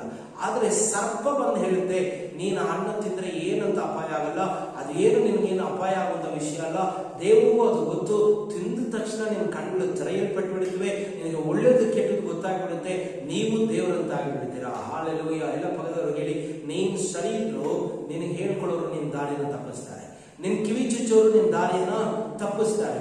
ಸೈತಾನು ಬೇಡದಿರೋ ವಿಚಾರಗಳನ್ನ ನಿನ್ ತಲೆ ತಂದು ಹಾಕಿ ಸರಿಯಾಗಿ ಹೋಗ್ತಾರೋ ನಿನ್ನ ತಕ್ಷಣ ದಾರಿ ತಪ್ಪಿಸ್ಬಿಡ್ತಾನೆ. ನೀನೇನು ಬೆಳೆದೆ ಆಶೀರ್ವಾದಕ್ಕೆ ಬಂದ್ಬಿಟ್ಟೆ, ನಿನ್ನ ಒಂದು ತಪ್ಪು ಇಲ್ಲ, ದೇವರು ನಿನ್ನ ಮೆಚ್ಕೊಳ್ಳೋ ತರ ಆಗ್ಬಿಟ್ಟೆ ಅನ್ನುವಾಗಲೇ ನಿನ್ನ ಒಂದು ಚಿಕ್ಕ ಹುಳವಾದ ಆಲೋಚನೆಯನ್ನ ತಲೆಯಲ್ಲಿ ಹಾಕಿ ನಿನ್ನ ದಾರಿ ತಪ್ಪಿಸಿ ಶಾಪಕ್ಕೆ ಕರ್ಕೊಂಡು ಹೋಗ್ಬಿಡ್ತಾನೆ. ಎಚ್ಚರವಾಗಿರಿ. ವಾಕ್ಯ ಕೇಳ್ತಾರೆ ಅವರು, ಎಲ್ಲಿಯೂ ಯಾವಲ್ಲಿಯೂ ಸೈತಾನಿಗೆ ಅವಕಾಶ ಕೊಡಬೇಡಿ. ಅವಳು ಒಂದು ವೇಳೆ ಅವತ್ತು ಸರ್ಪ ಮಾತಿಗೆ ಕಿವಿ ಕೊಟ್ಟಿಲ್ಲ ಅಂತಿದ್ರೆ ಇವತ್ತು ಭೂಮಿ ಮೇಲೆ ಸಾವನ್ನೋದು ಬರ್ತಾನೆ ಇರಲಿಲ್ಲ. ಯಾವುದೇ ಕಾರಣಕ್ಕೂ ಬೆಳೆ ಇರೋ ಜಾಗದಲ್ಲಿ ಕಳೆಗಳು ಬೆಳೀತಾನೆ ಇರಲಿಲ್ಲ. ಸುಂದರವಾದ ಏನೇನು ಉದ್ಯಾನವನದಲ್ಲಿ ದೇವರ ಕೃಪೆ ಹೊಂದಿ ಅವಾಗವಾಗಲೇ ಬಂದು ಮಾತಾಡಿಸ್ತಾ ಇದ್ದ ದೇವರ ಸಾನ್ನಿಧ್ಯದಿಂದ ಹೊರದಬ್ಬಲ್ಪಡ್ತಾ ಇರಲಿಲ್ಲ. ಎಲ್ಲ ಭಗದವ್ರಿಗೆ ಹೇಳಿ, ನಿಮ್ಗೆ ಏನೇನು ತೋಟನೇ ಬೇಕು. ಎಲ್ಲ ಭಗದವ್ರಿಗೆ ಹೇಳಿ, ನನಗೆ ಏನೇನು ತೋಟನೇ ಬೇಕು, ನಾನು ಅಲ್ಲೇ ವಾಸ ಮಾಡಬೇಕು. ಯಾವುದೋ ಸರ್ಪದ ಮಾತು ಕೇಳಿ ದೇವರ ಮಾತನ್ನ ನಿರಾಕರಿಸಿ ನಾನು ಆಚೆ ಹೋಗೋದಕ್ಕೆ ತಯಾರಿಲ್ಲ. ಯಾವುದೇ ಕಾರಣಕ್ಕೂ ದೇವರ ಮಾತಿಗಿಂತ ಸರ್ಪದ ಮಾತು ಒಳ್ಳೆಯದಾಗಿರೋದಕ್ಕೆ ಸಾಧ್ಯ ಇಲ್ಲ. ದೇವರ ಆಜ್ಞೆಗಿಂತ ಶ್ರೇಷ್ಠವಾಗಿ ನನಗೆ ಆಶೀರ್ವಾದವಾಗಿರೋಕ್ಕೆ ಯಾರ ಮಾತು ಸಾಧ್ಯ ಇಲ್ಲ. ಯಾರೋ ಹೇಳಿಕೊಡೋ ಮಾತುಗೋಸ್ಕರ ನಾನು ದೇವರನ್ನ ಕಳ್ಕೊಳ್ಳೋದಕ್ಕಾಗ್ಲಿ, ಅವರಿಂದ ದಬ್ಬಲ್ಪಡುವುದಕ್ಕಾಗ್ಲಿ, ಅವರ ಆಶೀರ್ವಾದದ ಏದೇನು ತೋಟವನ್ನು ಕಳ್ಕೊಳ್ಳೋದಕ್ಕಾಗ್ಲಿ ನಾನು ಸಿದ್ಧ ಇಲ್ಲ. ಇವತ್ತಿಂದ ನನ್ನ ಯೋಚನೆಯನ್ನ ಕ್ರಿಸ್ತನಿಗೆ ಸೆರೆ ಹಿಡಿದು ಅವರ ಪಾದದಲ್ಲಿ ಹಾಕ್ತೀನಿ. ಇವತ್ತಿಂದ ನಾನು ಹೇಳಿದಾಗೆ ನಾನು ಕೇಳಲ್ಲ, ಪಕ್ಕದವರು ಹೇಳ್ಕೊಟ್ಟಾಗೆ ನಾನು ಕೇಳಲ್ಲ, ಸೈತಾನ್ ತಂದಾಗುವ ಯೋಚನೆಗಳಿಗೆ ನಾನು ಎಲ್ಲಿಯೂ ಆಸ್ಪದ ಬರಲ್ಲ. ನನ್ನ ಯೋಚನೆಗಳೆಲ್ಲವನ್ನ ಸೆರೆ ಹಿಡಿದು ಕ್ರಿಸ್ತನ ಪಾದಗಳಲ್ಲಿ ಹಾಕಿ ಪರಿಶುದ್ಧಾತ್ಮರ ಆಲೋಚನೆ ಮಾತ್ರ ನನ್ನ ಹೃದಯದಲ್ಲಿ ಇರಲಿ, ಅವರಿಗೆ ಮಾತ್ರ ನಾನು ದಾಸನು, ಅವ್ರು ಹೇಳಿದಾಗೆ ಮಾತ್ರ ನಾನು ಕೇಳ್ತೀನಿ ಅಂತ ನಿಮ್ಮ ಜೀವಿತವನ್ನು ಒಪ್ಪಿಸಿಕೊಳ್ಳುವುದಾದ್ರೆ ನಿಮ್ಮ ಜೀವನದಲ್ಲಿ ಒಂದು ಕಳೆ ಇರಲ್ಲ, ಬರೀ ಬೆಳೆ ಮಾತ್ರ ಇರುತ್ತೆ. ನಿಮ್ಮ ಜೀವನದಲ್ಲಿ ಒಂದು ಶಾಪ ಇರಲ್ಲ, ಆಶೀರ್ವಾದ ಮಾತ್ರ ಇರುತ್ತೆ. ನಿಮ್ಮ ಜೀವನದಲ್ಲಿ ನರಕದ ಯಾವ ವಾಸನೆ ಕೂಡ ಇರಲ್ಲ. ನೀವು ಪರಲೋಕಕ್ಕೆ ಪರಿಪೂರ್ಣ ಬಾಧ್ಯರಾಗಿ ಜೀವಿಸುವಂತೆ ದೇವರು ನಿಮ್ಮನ್ನು ಆಶೀರ್ವದಿಸ್ತಾನೆ. ಎಲ್ಲ ಪಕ್ಕದವರಿಗೆ ಹೇಳಿ, ಯೋಚನೆಯಲ್ಲಿ ಶುದ್ಧವಾಗಿರು, ಯೋಚನೆಗಳನ್ನ ಸೇರಿದು ಕ್ರಿಸ್ತನ ಪಾದಕ್ಕೆ ಹಾಕು. ಯೋಚನೆ ವಿಷಯದಲ್ಲಿ ಎಚ್ಚರಿಕೆಯಿಂದಿರು. ಆಚೆ ಯುದ್ಧ ನಡೀತಾ ಇಲ್ಲ, ನೀನು ಒಳಗಡೆ ಯುದ್ಧ ನಡೀತಾ ಇದೆ. ಪಾಪ ಮಾಡ್ಲಾ, ಒಂದು ಸತಿ ಮಾಡ್ಬಿಟ್ರೆ ಪರವಾಗಿಲ್ವಾ, ಇದೊಂದು ಸತಿ ಮಾಡಿದ್ರೆ ಏನು ಶಿಕ್ಷೆ ಬರಲ್ವಾ? ನಿನ್ನ ಮನಸ್ಸನ್ನ ಸೈತಾನ ಪ್ರೇರಿಸ್ತಾನೆ ಇರ್ತಾನೆ. ಎಷ್ಟೋ ಪಾಪ ಮಾಡಿರೋರು ಮೊಣಕಾಲೂರದೆ ಕ್ಷಮಿಸ್ತಾರೆ ತಾನೆ. ನೀನು ಒಂದ್ಸತಿ ಪಾಪ ಮಾಡದೆ ಏನಾಗಲ್ಲ, ಮಾಡು. ಆ ಒಂದು ಸರಿನೇ ನಿಮ್ಮ ಜೀವಿತವನ್ನ ಉನ್ನತವಾದ ನರಕಕ್ಕೆ ತಳ್ಳಿಬಿಡುತ್ತೆ. ಎಲ್ಲ ಪಕ್ಕದವ್ರಿಗೆ ಹೇಳಿ, ಒಂದು ಸರಿ ಕೂಡ ಚಾನ್ಸ್ ತಗೋಬೇಡ. ಯಾವುದೇ ಕಾರಣಕ್ಕೂ ಕ್ರಿಸ್ತನ ಹೇಳ್ಕೊಟ್ಟ ಆಲೋಚನೆ ಬಿಟ್ಟು ಬೇರೆ ಆಲೋಚನೆಗೆ ಕಿವಿ ಕೊಡಬೇಡ. ಅನವಶ್ಯಕತೆಯಾಗಿ ಎಲ್ಲ ಒಳ್ಳೆಯದನ್ನು ಮಾಡಿ 99ರ ಆಶೀರ್ವಾದದ ಪಾಲನ್ನ ಒಂದೇ ಒಂದು ಕಾರಣದಿಂದ ಕಳ್ಕೊಳ್ಳೋ ವಂಚನೆಗೆ ಹೋಗದಿರೋ ಯೋಚನೆ ವಿಚಾರದಲ್ಲಿ ಎಚ್ಚರವಾಗಿದ್ದು, ಒಳಗಡೆ ನಾನು ದೇವರಲ್ಲಿ ನಂಬಿಕೆಯಿಂದ ದೃಢವಾಗಿರೋ ನಿಮಿತ್ತ ಆಚೆ ಕಡೆ ನನ್ನ ಜೀವನದಲ್ಲಿ ಕೂಡ ಆಶೀರ್ವಾದವಾಗಿರ್ತೀನಿ ಹೊರತು ನನ್ನ ಕದಲಿಸುವುದಕ್ಕೆ ಯಾರು ಕೇಳಲು ಸಾಧ್ಯ ಇಲ್ಲ. ಕೀರ್ತನೆಗಳಲ್ಲಿ ದೇವರ ವಾಕ್ಯ ಹೇಳುತ್ತೆ, ಆತನು ನೀತಿವಂತನ ಹೆಜ್ಜೆಗಳನ್ನು ಕಾಯ್ತಾನೆ, ಅವರನ್ನ ಯಾವತ್ತಿಗೂ ಕದಲಗೊಳಿಸುವುದಿಲ್ಲ. ಹಾಲೆಲೂಯಾ. ಎಲ್ಲ ಪದವರಿಗೆ ಹೇಳಿ, ಆತನ ವಾಕ್ಯನೇ ನನ್ನ ದಾರಿಗೆ ದೀಪವು ಬೆಳಕು ಆಗಿದೆ. ಆ ವಾಕ್ಯಕ್ಕೆ ಯಾವತ್ತರೆಗೂ ನಾನು ಆಲೋಚನೆಯನ್ನು ಒಪ್ಪಿಸ್ಕೊಡ್ತೀನೋ, ನನ್ನ ಯೋಚನೆ ವಾಕ್ಯದ ಆಧಾರದ ಮೇಲೆ ಎಲ್ಲಿಗೆ ಹೋಗಿರುತ್ತೋ ಅಲ್ಲಿವರೆಗೂ ನನಗೆ ಯಾವ ಕಷ್ಟ ಇಲ್ಲ, ಯಾವ ವೇದನೆ ಇಲ್ಲ, ಯಾವ ಶೋಧನೆ ಇಲ್ಲ. ಅನೇಕರು ಸಮಸ್ಯೆಗಳ ಮಧ್ಯದಲ್ಲಿ ಹಾದು ಹೋಗ್ತಾ ಇದ್ದೀನಿ ಅಂತ ಭಯಪಟ್ಟಿದ್ರ, ಇಲ್ಲಿಗೆ ಮುಗಿದೋಯ್ತು ಅಂತ ತೀರ್ಮಾನ ಮಾಡಿದ್ರ, ಇವತ್ತೊಂದು ಸಾರಿ ದೇವರ ಕಡೆಗೆ ತಿರುಗಿ ನೋಡಿ, ಇದೆಲ್ಲ ಸ್ವಲ್ಪ ದಿನ ಮಾತ್ರ ಇರುತ್ತೆ. ಇದನ್ನ ಪರ್ಮನೆಂಟ್ ಆಗಿ ಲೈಫಲ್ಲಿ ಇರೋಕ್ಕೆ ನಾನು ಬಿಡಲ್ಲ. ನನಗಾಗಿ ಯೇಸು ರಕ್ತ ಸುರಿಸಿದ್ದಾರೆ, ಅವರು ಜೀವ ಕೊಟ್ಟಿದ್ದಾರೆ, ವಾಗ್ದಾನ ಮಾಡಿದ್ದಾರೆ. ಆ ವಾಗ್ದಾನ ಜೀವ ಉಳ್ಳದಾಗಿರೋ ನಿಮಿತ್ತ ನಾನು ಅದನ್ನು ನಂಬಿ ಕಣ್ಣಿಗೆ ಕಾಣದೇ ಇರುವ ದೇವರ ವಾಗ್ದಾನಗಳನ್ನು ನೆರವೇರುತ್ತೆ ಅಂತ ನಂಬ್ತೀನಿ ಹೊರತು ಕಣ್ಣಿಗೆ ಕಾಣ್ತಾ ಇರೋ ನನ್ನ ವಾಸ್ತವವನ್ನು ನಂಬಿ ನನ್ನ ಜೀವಿತವನ್ನು ಬಿಟ್ಕೊಡಲ್ಲ ಅಂತ ನೀವು ರೆಡಿಯಾಗಿದ್ರೆ ಯೇಸು ಇವತ್ತೇ ನಿಮ್ಮ ಜೀವನದಲ್ಲಿ ಒಂದು ಅದ್ಭುತವನ್ನು ಮಾಡಿ ಮುಗಿಸ್ತಾರೆ. ಎಲ್ಲ ಕಣ್ಣನ್ನು ಮುಚ್ಚಿ ದೇವರ ಸಮ್ಮುಖದಲ್ಲಿ ನಾವು ಮುಗಿಸ್ಕೊಳ್ಳೋಣ. ಮಹಾಪರಿಶುದ್ಧರೇ, ಕಣ್ಣಿಗೆ ಕಾಣ್ತಾ ಇರುವವರೇ ಶತ್ರುಗಳಲ್ಲ, ಕಣ್ಣಿಗೆ ಕಾಣ್ತಾ ಇರುವ ಕಾರ್ಯಗಳೇ ವಾಸ್ತವವಾಗಿರುವುದೇ ಸತ್ಯ ಅಲ್ಲ. ಅದನ್ನು ಮೀರಿ ಕಣ್ಣಿಗೆ ಕಾಣದೇ ಇರುವ ಶಾಶ್ವತವಾದ ಆಶೀರ್ವಾದಗಳು, ಹೋರಾಟಗಳು, ಯುದ್ಧಗಳು ನಡೀತಾನೇ ಇದೆ. ನಿನ್ನ ಮಕ್ಕಳಾದ ನಾವು ನಮ್ಮ ಯೋಚನೆಗಳನ್ನು ನಿನ್ನ ಜ್ಞಾನಕ್ಕೆ ವಿರೋಧವಾಗಿದ್ದಿರುವಂತಹ ಸಕಲ ವಿಧವಾದ ಕುತರ್ಕಗಳನ್ನು, ವಿತರ್ಕವಾದ ಆಲೋಚನೆಗಳನ್ನು ಕಟ್ಟಿ ಕೆಡವಿ ಪೂರ್ಣವಾಗಿ ನಿನ್ನ ಪಾದಗಳಲ್ಲಿ ಸೆರೆ ಹಿಡಿದು ಹಾಕಿ ಇವತ್ತಿಂದ ನಾವು ಹೇಳಿದಾಗಲಿ ನಮ್ಮ ಸ್ವಂತ ಬುದ್ಧಿ ಆಲೋಚನೆ ಅಂತಾಗಲಿ ಸರ್ಪವಾಗಿ ಬಂದು ಒಳ್ಳೆ ಜೀವಿತವನ್ನು ಸಮೃದ್ಧಿಯಾಗಿ ಅನುಭವಿಸ್ತಾ ಇದ್ದ ಹವಳನ ದಾರಿ ತಪ್ಪಿಸಿದಂತಹ ಸೈತಾನನ ಯಾವ ಕುತಂತ್ರದ ಆಲೋಚನೆಗೆ ನಮ್ಮ ಜೀವನದಲ್ಲಿ ಜಾಗ ಕೊಡ್ತೀರಾ? ನಮಗಾಗಿ ಏದೇನು ತೋಟದಂತೆಯೇ ಸಮೃದ್ಧಕರವಾದಂತಹ ಹಾಲು ಜೇನರಿಯುವ ಕಾನಾನ್ ದೇಶದಂತಹ ಶ್ರೇಷ್ಠ ಆಶೀರ್ವಾದಗಳುಳ್ಳಂತಹ ಜೀವಿತವನ್ನು ಈ ಲೋಕದಲ್ಲಿಯೂ, ಅದೇ ರೀತಿಯಲ್ಲಿ ನಂತರ ಪರಲೋಕದಲ್ಲಿ ಬಂಗಾರದ ಮನೆಗಳಲ್ಲಿ ಆತ್ಮ ಸ್ವರೂಪನಾದ ದೇವರೊಂದಿಗೆ ವಾಸ ಮಾಡುವ ಉನ್ನತ ಗುಡಾರಗಳನ್ನು ನಮಗಾಗಿ ಕಟ್ಟಿರುವ ದೇವರು ನಿಮಗೆ ವಿಧೇಯತ್ವದಿಂದ ನಮ್ಮ ಆಲೋಚನೆಗಳನ್ನು ಸರಿ ಹಿಡಿದುಕೊಟ್ಟು ಯಾವತ್ತಿಗೂ ಯಾವುದರಲ್ಲಿಯೂ ಭಯಪಡದೆ, ಧೈರ್ಯಗೆಡದೆ, ಸ್ವಲ್ಪವಾಗಿ ಕಾಣಿಸುವ ಐಶ್ವರ್ಯ, ಆಶೀರ್ವಾದ, ಸುಖ, ವೈಭವಗಳಿಗೋಸ್ಕರ, ಸ್ವಲ್ಪ ಸಮಯ ಇರುವಂತಹ ಕಷ್ಟ, ಕಣ್ಣೀರು, ವೇದನೆ, ದುಃಖಗಳಿಗೋಸ್ಕರ, ಕಣ್ಣಿಗೆ ಕಾಣುವ ಯಾವುದಕ್ಕೂ ಲೋಕದ ಕಾರ್ಯಗಳಿಗೋಸ್ಕರ ಕಣ್ಣಿಗೆ ಕಾಣದ ನಿನ್ನ ಸೌಭಾಗ್ಯವನ್ನು ಕಳ್ಕೊಳ್ಳದ ಹಾಗೆ ಎಚ್ಚರಿಸಿ ಒಬ್ಬೊಬ್ಬರನ್ನ ಈ ದಿನದಲ್ಲಿ ಬಲಪಡಿಸಿ, ಪರಿಶುದ್ಧಾತ್ಮ ಒಬ್ಬೊಬ್ಬರ ಹೃದಯದಲ್ಲಿರುವ ಕೆಟ್ಟ ಆಲೋಚನೆಗಳನ್ನು ತೆಗೆದುಹಾಕಲಿ, ಸೈತಾನನು ಬಿದ್ದಿರುವ ವಿಷದ ಬೀಜಗಳನ್ನು ತೆಗೆದುಹಾಕಲಿ. ಒಬ್ಬೊಬ್ಬರ ಹೃದಯದಲ್ಲಿ ಇವತ್ತಿಂದ ಪೂರ್ಣವಾಗಿ ನಿನ್ನ ಆಲೋಚನೆಗೆ ಮಾತ್ರ ಸ್ಥಳ ಇದ್ದು ಅದರ ಬಲವಾದ ಉನ್ನತ ಆಶೀರ್ವಾದಗಳನ್ನು ಈ ದಿನದಿಂದಲೇ ಹೊಂದುವುದಕ್ಕೆ ಪ್ರಾರಂಭ ಮಾಡಲಿ. ಇದು ನನ್ನ ಜೀವನದಲ್ಲಿ ನಡೆಯೋದಿಲ್ಲ, ನನ್ನ ಜೀವಮಾನವೆಲ್ಲ ಹೀಗೆ ಕಳಿಬೇಕು ಅಂದುಕೊಂಡಿರೋರಿಗೆ ಈ ದಿನದಲ್ಲಿ ಒಂದು ಹೊಸ ದಾರಿ, ಹೊಸ ಬಿಡುಗಡೆ, ಹೊಸ ಆಶೀರ್ವಾದ ಉನ್ನತವಾಗಿ ಬಿಡುಗಡೆಯಾಗಿ ಒಬ್ಬೊಬ್ಬರಲ್ಲಿ ನೆರವೇರಲಿ. ಈ ವಾಕ್ಯ ಒಬ್ಬೊಬ್ಬರ ಜೀವನದಲ್ಲಿ ಸ್ಥಾಪಿಸಿ ನೆರವೇರಿಸಬೇಕಂತ ಪರಿಶುದ್ಧಾತ್ಮನ ಕರೆಗಳಲ್ಲಿ ಒಪ್ಪಿಸಿ ಯೇಸು ಕ್ರಿಸ್ತನ ಹೆಸರಲ್ಲಿ ಬೇಡಿ ಹೊಂದಿದ್ದೇವೆ, ಜೀವವುಳ್ಳ ತಂದೆ. Amen and amen. ಎಲ್ಲ ಧೈರ್ಯವಾಗಿರಿ. ದೇವರ ಆಲೋಚನೆಗೆ ಮಾತ್ರ ನಿಮ್ಮ ಹೃದಯದಲ್ಲಿ ಜಾಗ ಕೊಡಿ. ಕಣ್ಣಿಗೆ ಕಾಣುವ ಲೋಕದ ಕಾರ್ಯಗಳನ್ನು ಅಲ್ಲದಿರ ಕಾಣದ ದೈವ ಕಾರ್ಯಗಳನ್ನು ನಂಬಿ ನಿಮ್ಮ ಜೀವನದಲ್ಲಿ ಸಾಧಕರಾಗಿಯೂ ಜಯಶಾಲಿಗಳಾಗಿಯೂ ಫಲಭರಿತವಾದ ಜೀವಿತವನ್ನು ಜೀವಿಸುವವರಾಗಿರಿ. ದೇವರು ನಿಮ್ಮನ್ನು ಆಶೀರ್ವದಿಸಲಿ. ನನ್ನ ಮನವೇ ಯೆಹೋವನನ್ನು ಕೊಂಡಾಡು, ನನ್ನ ಸರ್ವೇಂದ್ರಿಗಳಿಗೆ ಆತನ ಪವಿತ್ರ ನಾಮವನ್ನು ಕೀರ್ತಿಸಿರಿ. ನನ್ನ ಮನವೇ ಯೆಹೋವನನ್ನು ಕೊಂಡಾಡು, ಆತನು ಮಾಡಿದ ಸಕಲ ಉಪಕಾರಗಳಲ್ಲಿ ಒಂದನ್ನು ಮರೆಯಬೇಡಿ. Amen and amen. ನಮ್ಮ ಕರ್ತನಾದ ಯೇಸು ಕ್ರಿಸ್ತನ ಕೃಪೆಯು, ತಂದೆ ದೇವರ ಪ್ರೀತಿಯು, ಪರಿಶುದ್ಧಾತ್ಮರ ಅನ್ಯೋನ್ಯತೆಯ ಐಕ್ಯತೆ ಸಹವಾಸವು ಕರ್ತನ ಬರುವಿಕೆವರೆಗೂ ನಮ್ಮೆಲ್ಲರ ಸಂಗ್ರಹ ಶಾಶ್ವತವಾಗಿರಲಿ. ಒಬ್ಬೊಬ್ಬರ ಜೀವನದಲ್ಲಿ ದೈವಿಕವಾದ ಆಲೋಚನೆಗಳು ಊಹಿಸಲಾಗದ ಉನ್ನತ ಸ್ಥಿತಿಗಳಿಗೆ ತಂದು ಒಬ್ಬೊಬ್ಬರನ್ನು ಆಶೀರ್ವದಿಸಲಿ. ಎಲ್ಲ ಘನತೆಯು ಮಹಿಮೆಯು ಯೇಸು ಸ್ವಾಮಿಯೊಬ್ಬರಿಗೆ ಸಲ್ಲಲಿ. God bless you.